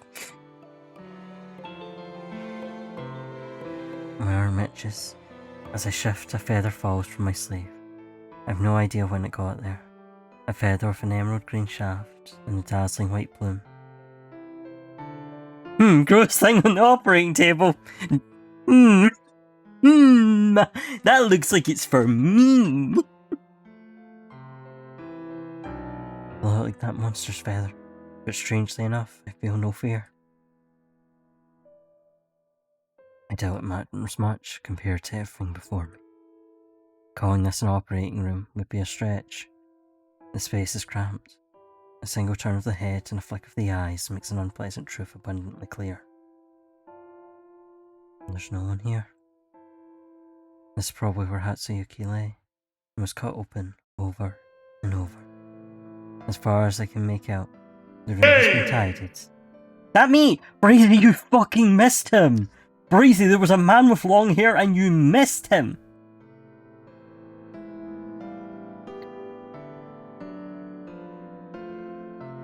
There's almost no way. When we said incense. We said incense.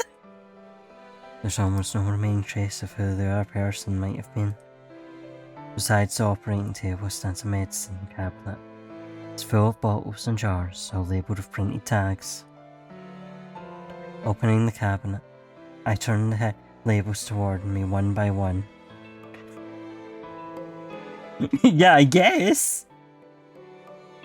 No, he didn't get caught open. Yet. Yeah, this is still a demo. Could happen. Or maybe it will happen in the demo. I mostly find glass bottles marked as alcohol, hydrogen peroxide, and formalin. But one test tube, half full of a transparent liquid, is devoid of any label, except a tiny trace of glue that wasn't quite peeled off. The test tube is corked tight. After struggling, I managed to pry it open, and I will come to regret this 1,000 times over.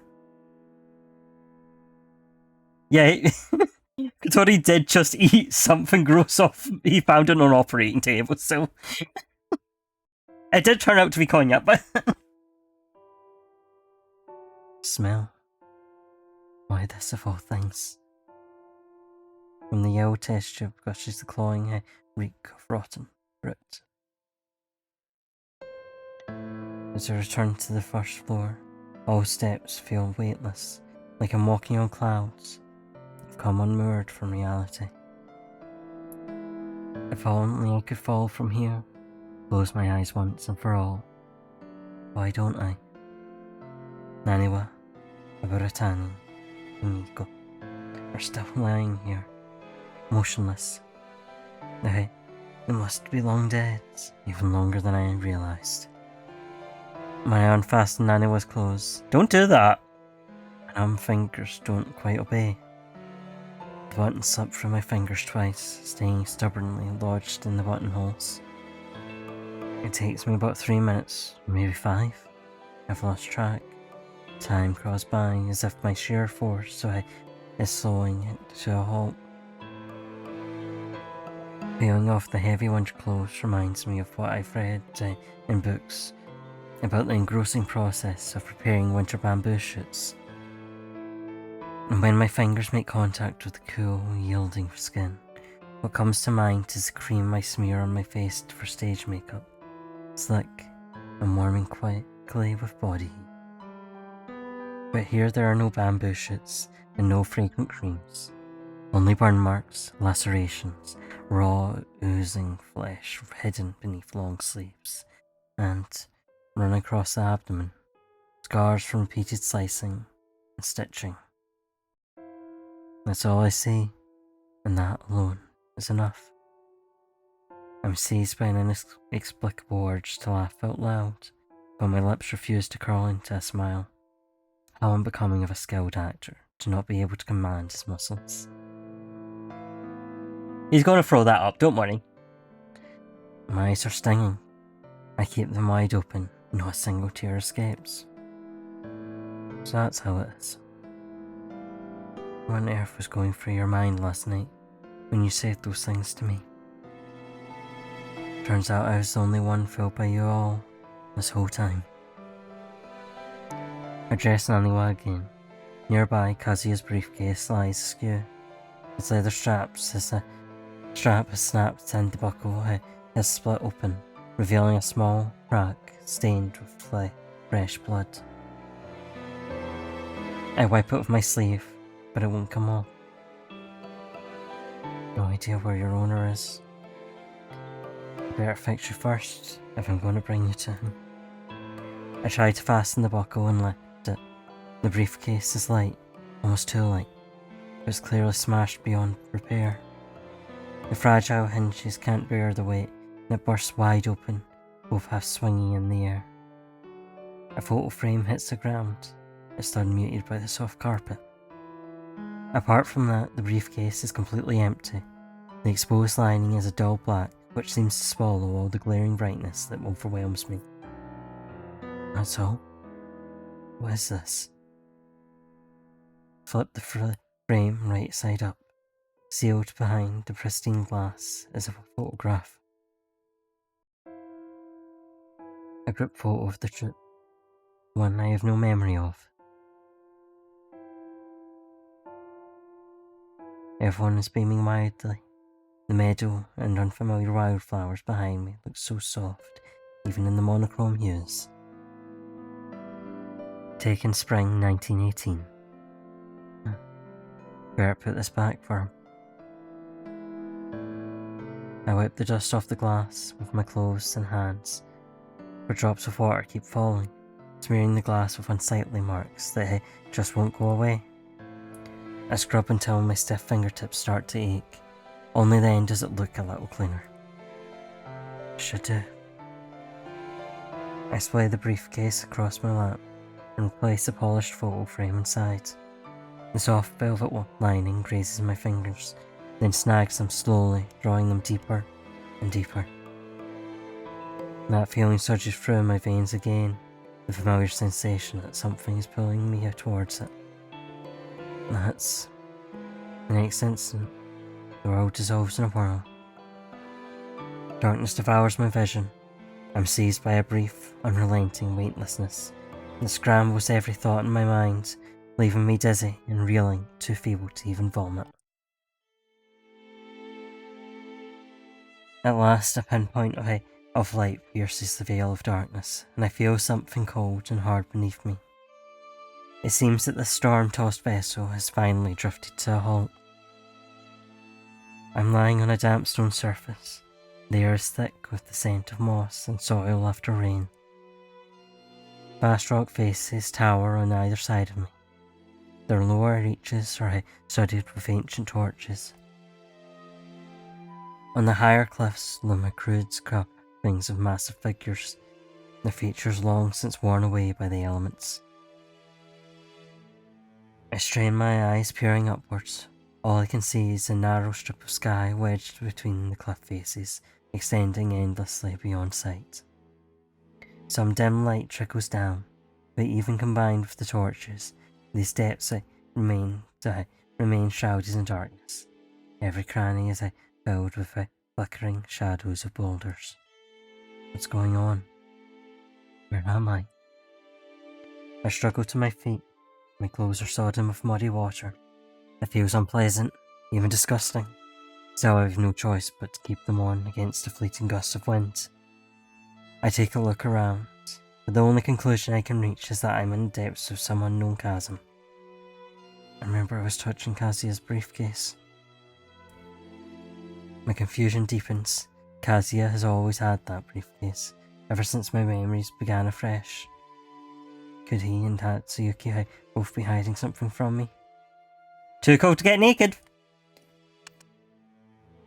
No, I need to get out of here first, then ask him. He has to know something. I take a few tentative steps forward. I can keenly feel the puddles and moss slick beneath my feet, clinging to my soles, ready to send me sprawling if I put a foot wrong. As I follow the line of torches, now and then something briefly obscures the light overhead. When I look up, I catch sight of shadows, minuscule or massive, or sometimes it's a ripple of emerald green, flickering from light to dark. As I gaze at the swath of green, the tugging sensation grows stronger. My heart is pounding so hard it almost bursts out of my chest, until the colour finally fades away. And space belongs to Kazuya, and just like him, it simply listens in silence to the echo of my footsteps. I'm not sure how long I walked before a sprawling mass of boulders blots out the strip of sky. Before me appears a plain, white torii gate, flickering with blue light like a burning flame. It softly beckons to me, silently inviting my touch. My pulse and breath both quicken. That translucent blue seems to be reeling my heart in. I step towards it, and a familiar dizziness washes over me once again. Oh, so you're back? I've been looking all over for you. Sakuma-kun? Sakuma-kun! Wakey wakey! Sleeping the floor's bad for you! Her places take a nap! A voice drifts to my ears, distant but crystal clear. Ah, you're finally awake! When I open my eyes, the first floor is completely transformed. The bodies strewn on the ground have all vanished, as have the bloodstains. Everything is spotless under the bright lamplight, as if nothing ever happened. A familiar figure stands before me, blocking most of the lamp's glare.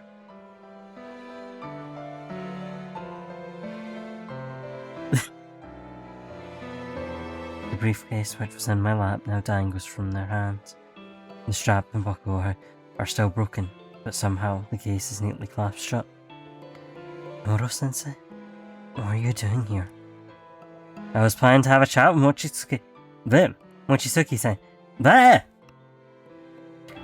was planning to have a chat with Mochisuki-kun about a few things. Well, when I got here, yikes, that scared the living daylights out of me. And when I came back, there you were. Why did you fall asleep sitting here? And opening Mochisuki-kun's briefcase? You really shouldn't do that. I wasn't asleep. Where did they all go? You mean the children? I've taken them to a safer place, don't worry. Those pesky little flies won't come buzzing around anytime soon. Flies? Ah, so Hatsuyuki is with those people. It's a bit tricky, but it's not really our problem. They'll probably say she dropped dead from acute illness or something. They always do. The point is that neither you nor the troop will have anything to do with it. But more importantly, there's something you need to know. Kazuya's in the hospital. He'll never be the same again. What? When I showed up, he was just here. Right where you were sitting. Looks like somebody had really roughed him up. He was so worn out he couldn't even talk to me, poor thing. Aye, business with him, but alas, he doesn't play along as nicely as you do. I just couldn't wake him up. Yeah, so I had to take him to the hospital first. Do you want to go visit? The doctor said he'll probably be asleep all day, so be sure to keep it down. Where is he? Not too far from here. Let me think. Yeah, it was Tokyo Hospital, room 201. If you're going, I don't want to see you out. But you won't be bringing this along. Just tell Kazuya I borrowed it. As Hamuro speaks, they give the briefcase a little shake.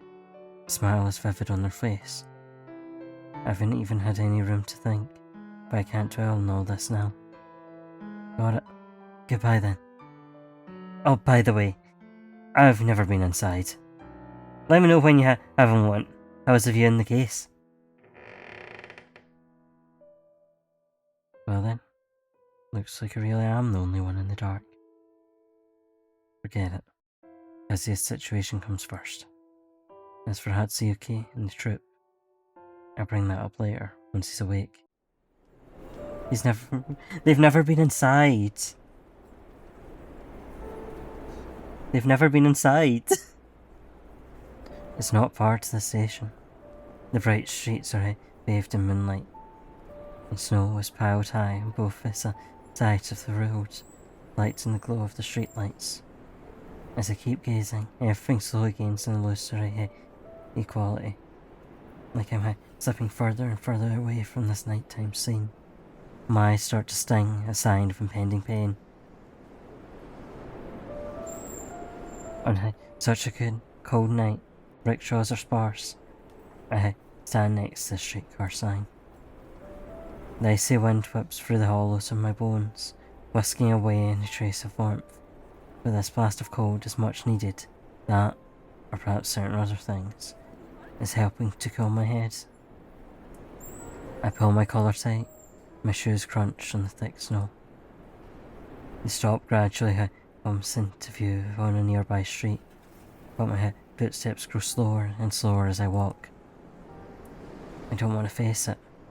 Perhaps I should say, I don't dare to face it. Amuro-sensei Taisho was still resting at the hospital. He should have gotten to rest a long time ago, but not like this. I shouldn't be having this thought, that I wish he'd rest even longer, until I can string together the perfect words for this situation, to make the news palatable enough for him to digest. On earth am I thinking? This is how everyone felt. Night is falling over the streets of Ginza. There are far fewer pedestrians out after dark than during the day, but it's still a livelier scene than you would find in any other city. The storefront gas lamps blaze in the darkness, throwing the brand new Western-style facades into sharp relief. The streetcar is taking its time. I stare at the pale snow before me, sinking into a reverie. Then the entry curtain of a nearby shop swings open. A wave of warmth fishes forth, especially pronounced in this winter night. The cold wind carries an unfamiliar voice to my ears. It's a young woman speaking in a tone familiar from so many meetings with investors. Her voice is strained with a myriad of suppressed emotions, but she's still doing her best to be scrupulously polite. Too much! Oh no, not at all. I only had a drop. Just here is fine. My driver is waiting nearby. Thank you so much for your time. I hope you'll consider what we discussed earlier about the middle school. I turn and see several young men and women stepping out the shop, smiling with a cool distance that is instantly recognisable. After exchanging the typical farewell pleasantries, they don their coats and depart in twos and threes. The last remaining person is a woman dressed in a pink suit. As soon as the others have left, the smile vanishes from her face, her lips curl downwards, and her brows furrow in slight dissatisfaction. The weariness she now exudes is at odds with her age and her elegant outfit. Finally, she scrubs her hands across her face, exhaling a cloud of white breath. I look away, putting these strangers and their seemingly less than pleasant drinking party out of my mind. Roddy, have you slayed? The car still isn't here, I hear someone trudging through the snowdrifts, and the footsteps heading towards me in fits and starts. Soon the woman's voice I heard earlier speaks again, now right behind me. Are you waiting for the streetcar? At this hour it's going to be a while. I turn. The woman lifts the brim of her hat slightly to reveal her face. Her bearing is dignified as she stands before me, scanning my haggard visage with her weary but bright eyes. But I have absolutely no recollection of that face. You're Kotori Isakama, aren't you? It's a declaration. She speaks with her arms folded, her slender brows knitted once again, as if her stare might bore right through me, into a snowy landscape at my back, and all the way to the streetcar some unfathomable distance away. I'm sorry, do I know you? Her next words catch in her throat, her eyes fly open wide. I can practically see so it's true, and it wasn't a lie after all, ran across her every feature. Sakura Yuta. Are you serious? Never mind. It's Yayoi Sakurai. Sakurai? Like Yuto? Off the top of my head, the only thing that name brings to mind is the Sakurai family. Or more accurately, really, corporation.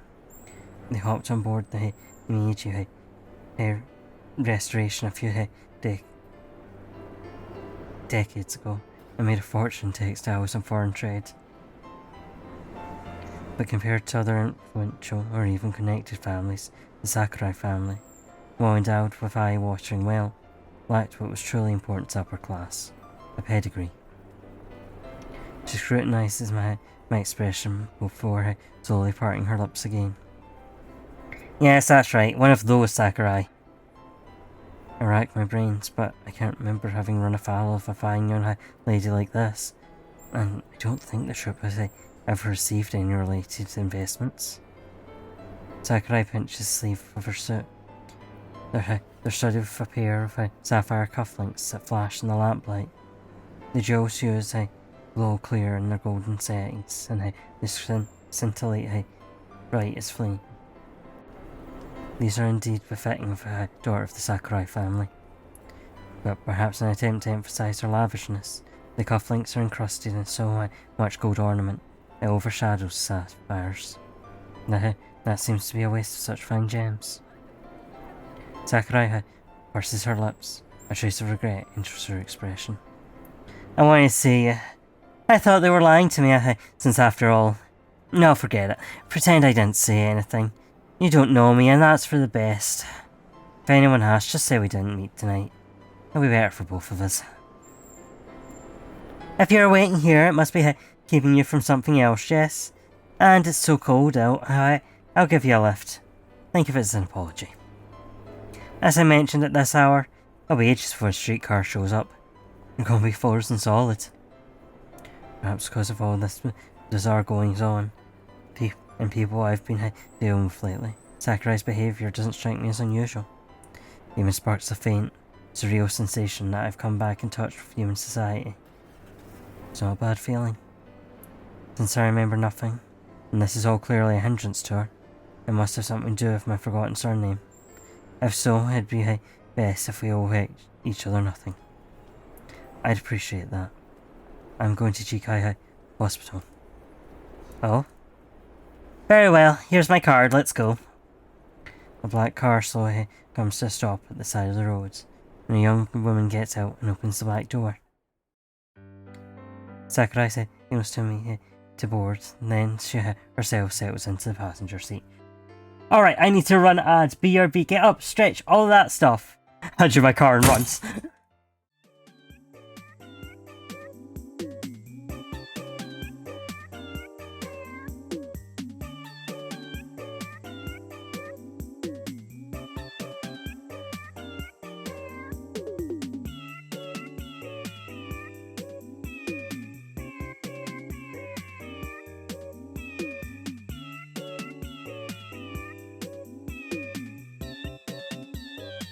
And there's this.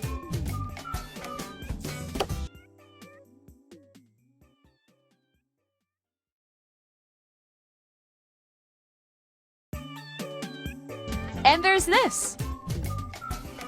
Wow!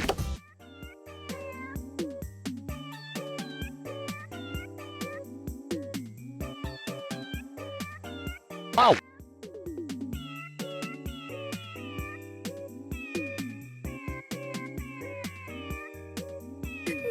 No, because why did this anime restaurant make a yaoi pizza? Sausage and banana peppers and bell peppers. Oh my god! And mushrooms.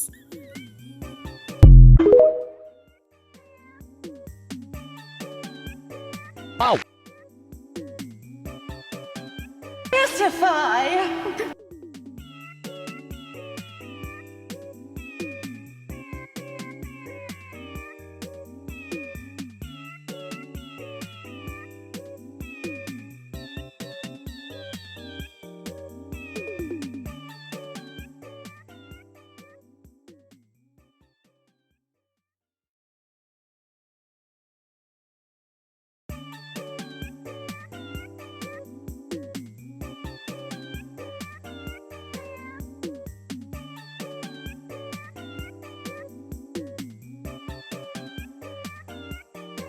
And there's this.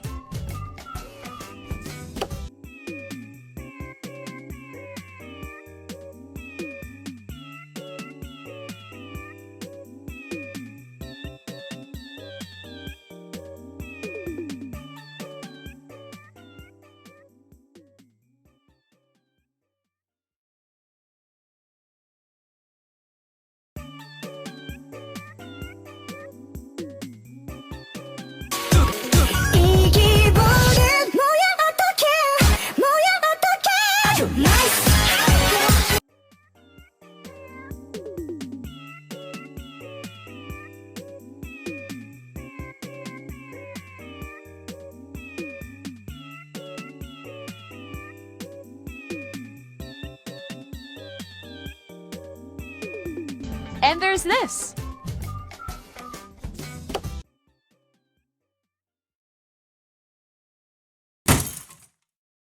Hashtag my was. Oh, traveled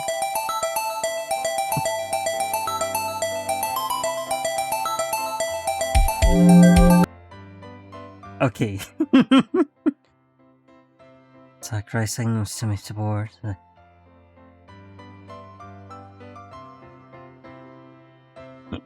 Can you find the white monster? Take a sip. Oh, so that's why he ate the cognac. To Jikai Hospital. No, wait. Is there a flower shop near the hospital? We'll head there first. Oh, sorry. To Jikai Hospital. No, wait. Is there a flower shop near the hospital? We'll head there first. A flower shop? You can't visit a patient empty-handed, and you don't seem to be in that much of a hurry, yes? You could do with smelling some flowers too. You look so ill, you're going to have nightmares. But there won't be any flower shops open this late. Sakurai pauses at my words, then bursts out laughing. I can tell you're new in town. This is Ginza in Tokyo. You can always buy anything. Once her laughter fades, she turns to glance at the woman turning the crankshaft on the car. The woman has one arm planted in the hood of the car, her sleeve rolled up to the elbow. She seems to be pressing down quite hard. Before we got to Tokyo, our assigned driver chatted with us from time to time. Can we cut? According to him, each time you start the car, you have to manually insert the crank into the front of the car and turn it several times. But cranking the lever takes a lot of strength, and you have to be careful it doesn't kick back and break your fingers open once the engine starts. It's a job that calls for the utmost concentration, and few people take it on. At the time, I thought he was just trying to justify a higher fee, but now it seems he was telling the truth. Is she your driver? Yes. A bead of sweat forms on the woman's forehead. Her teeth are gritted, her cheeks bulging. Sakurai simply casts her gaze further down the road, not looking at either me or the driver. Her voice lowers as well. Is there something you'd like to say? Come on, I don't bite. Nothing. As long as you pay her wages and she does the work, it's all fine. Yeah, rich people. The car rumbles thunderously, and the seats jolt before settling back into a milder vibration that doesn't make my head spin. With a belch of steam, the engine comes to life. Having started the car, the woman then returns to the driver's seat. Sakurai's shoulders relax, and she leans back against the headrest. You have to get going before it starts snowing again. The car grinds through the accumulated snow on both sides of the street, churning up flakes like goose dam. They crumble into tiny particles that flutter through the air like a miniature snowfall, landing in the bare ruts in the car's wake. The woman drives steadily. The scenery slowly scrolls by outside the window. The car passes through an intersection, drawing ever closer to the hospital. Winter in Tokyo's closer than I expected. Oh, it's true. This year's a little out of the ordinary. We haven't had such heavy snow before. At least nothing that would pile up so high in a few hours. Sakurai gestures to indicate the height. Some of the earlier tension is slowly ebbing from her voice. I wonder why. Your trip just got here from Kyoto, yeah? You have a while to adjust, and that's normal. The outside is that when you do want snow, you don't have to go out of your way to sightsee. As she spoke, her gaze flits across the shops outside, which still show no sign of winding down for the day. Finally, the car stops at the door of a small flower shop. Traces of snow are slowly melting on the tiles of the streets of the shop entrance. The small space before the doorway is illuminated by a warm yellow lamp. Peering through its glow on the misted windows, I can make out the blurry contours of the flowers within. This will do. Let's get out. Girl, you cannot bring lilies into a hospital.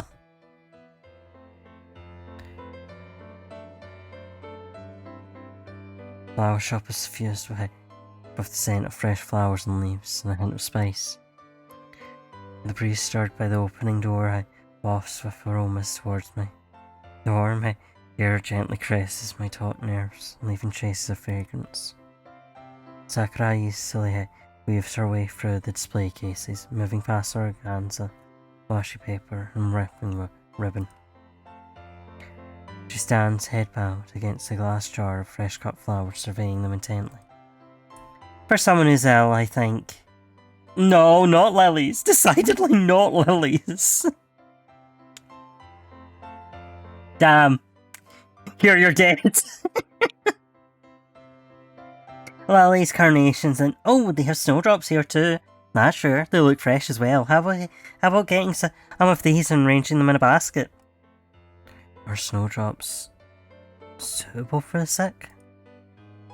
In the language of flowers, they represent hope and vitality, and besides they don't have a strong smell.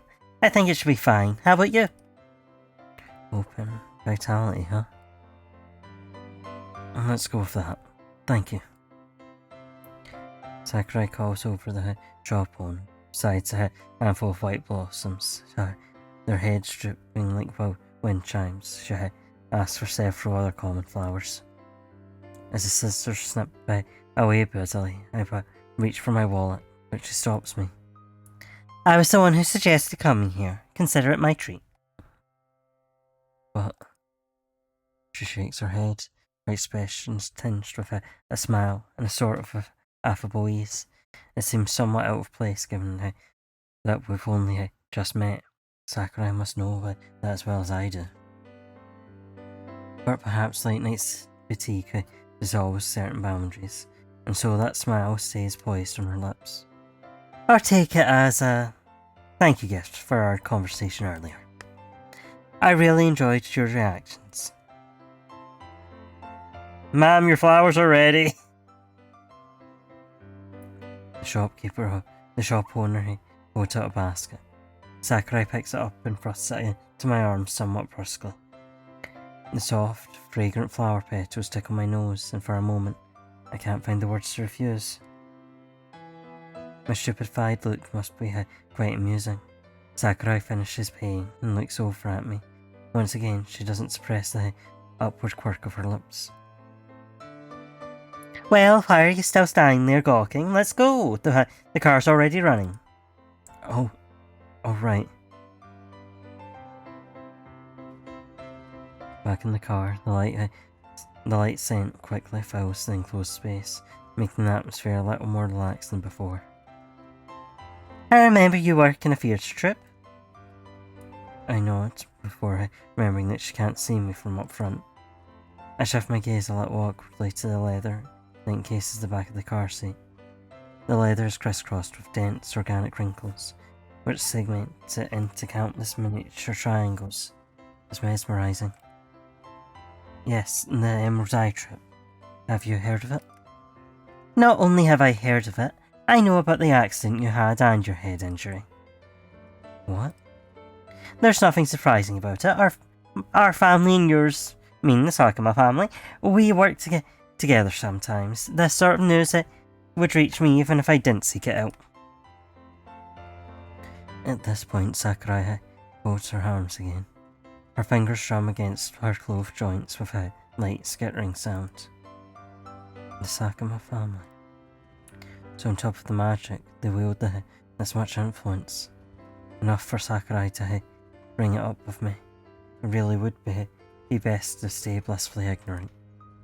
Dear me, I was sure your uncle or your sister would have met with you. When I heard that you'd lost your memory, I thought it was just your family's pretext for fobbing me off. I only realised it was true when I saw you today. Pretext? What do you mean by that? What did they do?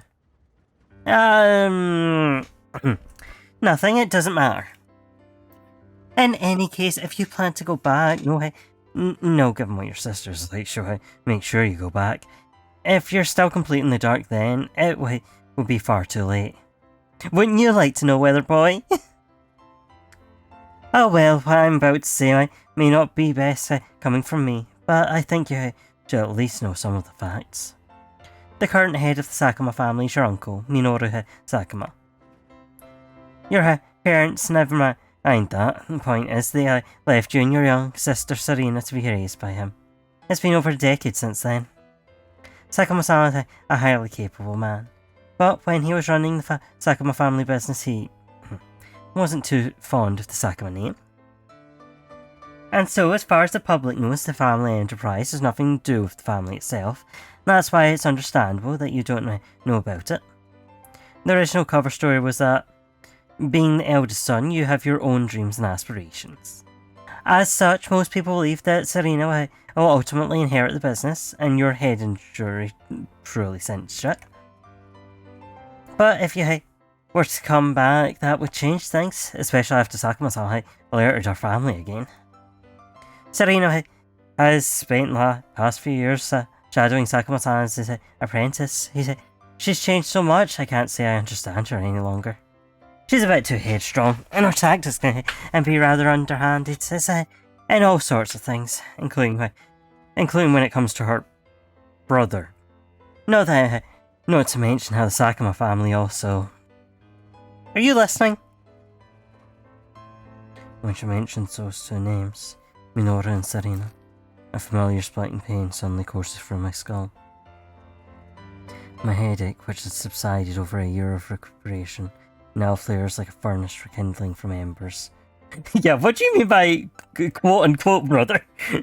Kicking up fragments of memory. Do you have to go, Oni-san? With them? So that's it, I see. It's okay, Oni-san. You've always been the one protecting me. This time it's my turn to protect you. Minoru-san is coming. Oni-san, here you are. Your teacher tells me that you've done fine work on your recent assignments. But you seem far too tired lately. Why didn't you tell me about this? I don't recall ever instructing you to be the kind of child who didn't dare to speak up. Your sister does excellently. Very well. To the young master back to his room and let him have a good long rest this time. Oh, and put him on a lighter diet. Be sure to tell the kitchen staff not to add salt. There's that fucking man in my chat. Hey, are you alright? Serena and Minoru-san? I miss these memories, unearthed from some unknown recesses of my brain. A voice is calling out. I heave great gasps of air. The sharp pain slices Sakurai's words into unintelligible pieces. It's only after the pain slowly recedes that I gain some breathing room. Sakurai is clutching the padded passenger seat, alarm still lingering on her face. I kept calling you, but you didn't answer. How are you feeling? Do you want to go get a checkup? We're already at the hospital. The grand entrance of Chikai Hospital casts its long, dense shadow over Sakurai's face. She's frowning once again, brows drawn together into fine creases. I'm fine. I get these flare-ups sometimes. Don't worry. Really? Really? She continues to stare at me with furrowed brows. Her gaze rakes across my face, damp with cold sweat. I force a rather stiff smile. It must look quite unsightly since Sakurai's frown deepens even further. After a while, she swivels and looks away. Her voice has regained its coolness. Since you're alright, it's no longer my concern. You may leave. Don't forget to wipe your sweat before you go. Boy, you smile so cringely. I get out of the car carrying the basket of flowers. Sakurai waves to me through the window, then turns back and says a few words to the driver. She slowly vanishes from sight to the sound of the chugging engine. Only then do I shift my gaze to the hospital sign. Yukai Hospital looks like it was built not too long ago, given its relatively western architecture. It was a huge building. Even at this late hour, it blazes with lamplight, and through the neatly arrayed glass partitions, I can make out the throng of busy medical staff and patients awaiting treatment. Well, this means I'm far from being the only late-night visitor. Room 201. The wind gusts across my damp forehead and I shiver. I better hurry in. The corridors to the inpatient ward are only lit by small lamps, most likely to avoid disrupting the patient's rest. I occasionally spot family members seated on benches outside the rooms, speaking in hushed voices. The nurses and relatives all tread lightly as they move back and forth. The lamps only illuminate the tops of their heads. The rest of them remain shrouded in darkness, and the shadow at their feet unfurrow from short to long, like paper cutouts dancing in the wind. The door of room 201 stands ajar. A faint light seeps through the crack underneath. This time the staff make their rounds. I can see nurses and doctors shuttling in and out of the other rooms. Only room 201 stands undisturbed. Maybe it isn't Kazuya's turn yet. Take a deep breath as I internally reassure myself. Then, moving as quiet as I can, I push the door fully open.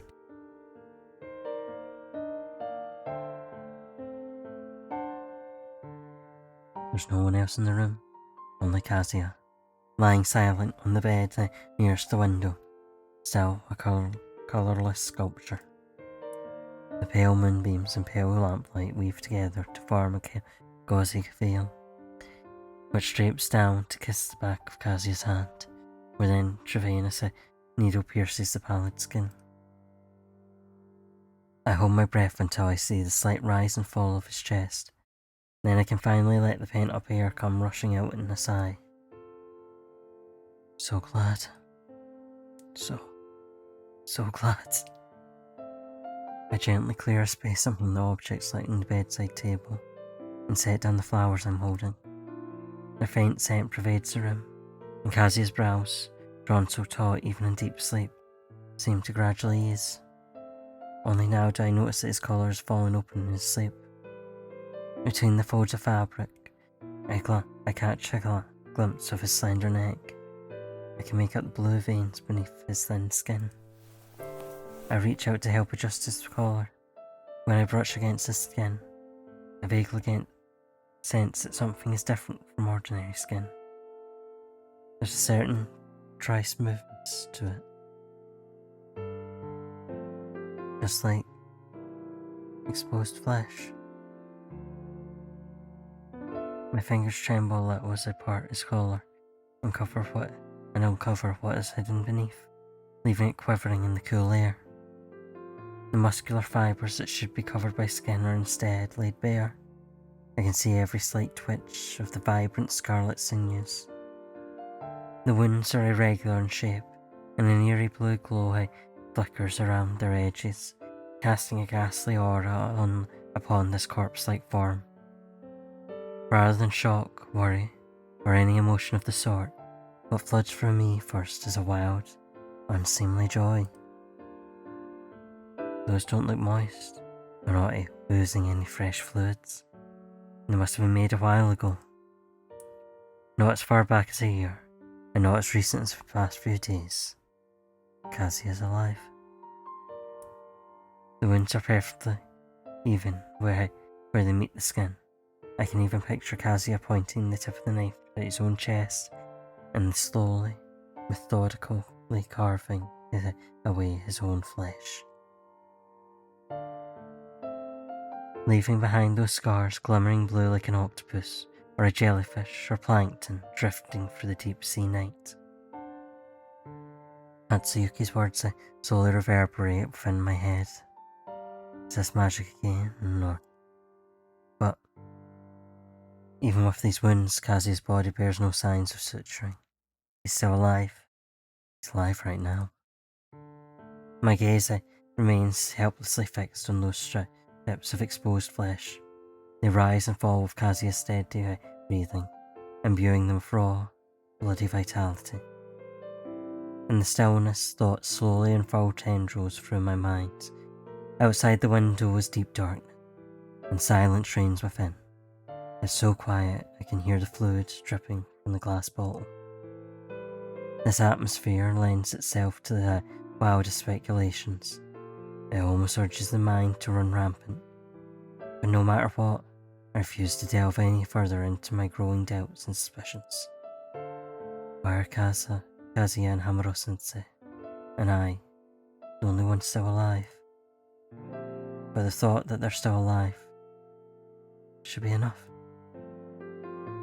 That's enough for me to calmly face what comes next, until the moon outside the window slowly sinks even deeper into the pre-dawn clouds, until the sky is tinted with a faint pink purplish blush, and a steady glow forms around the edges, till my dry eyes blink and wet with long delayed wetness. Before Kazuya's eyelashes stir, I straighten his collar back to rights and leave a note conveying my well wishes and Hamuro-sensei's request. Then I stealthily depart the hush of the sick room. Shutting the door feels like sealing away some secret. Thank you, El.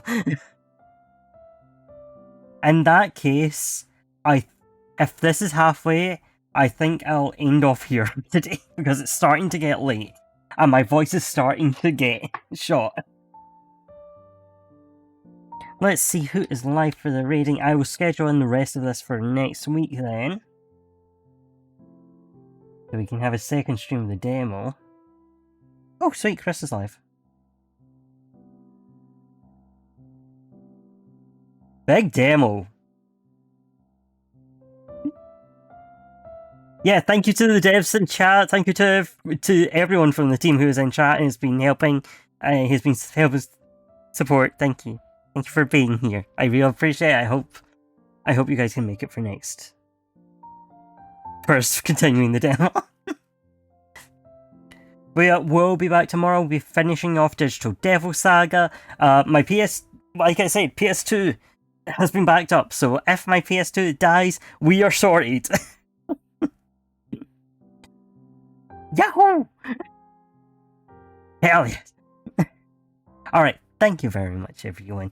I'll be back tomorrow, and I'll let you guys know on Bisky and VT.social when the next stream of this, or if you're in the Discord, you'll get it in there. Alright, thank you very much everyone. Bye bye! Oh. Yay!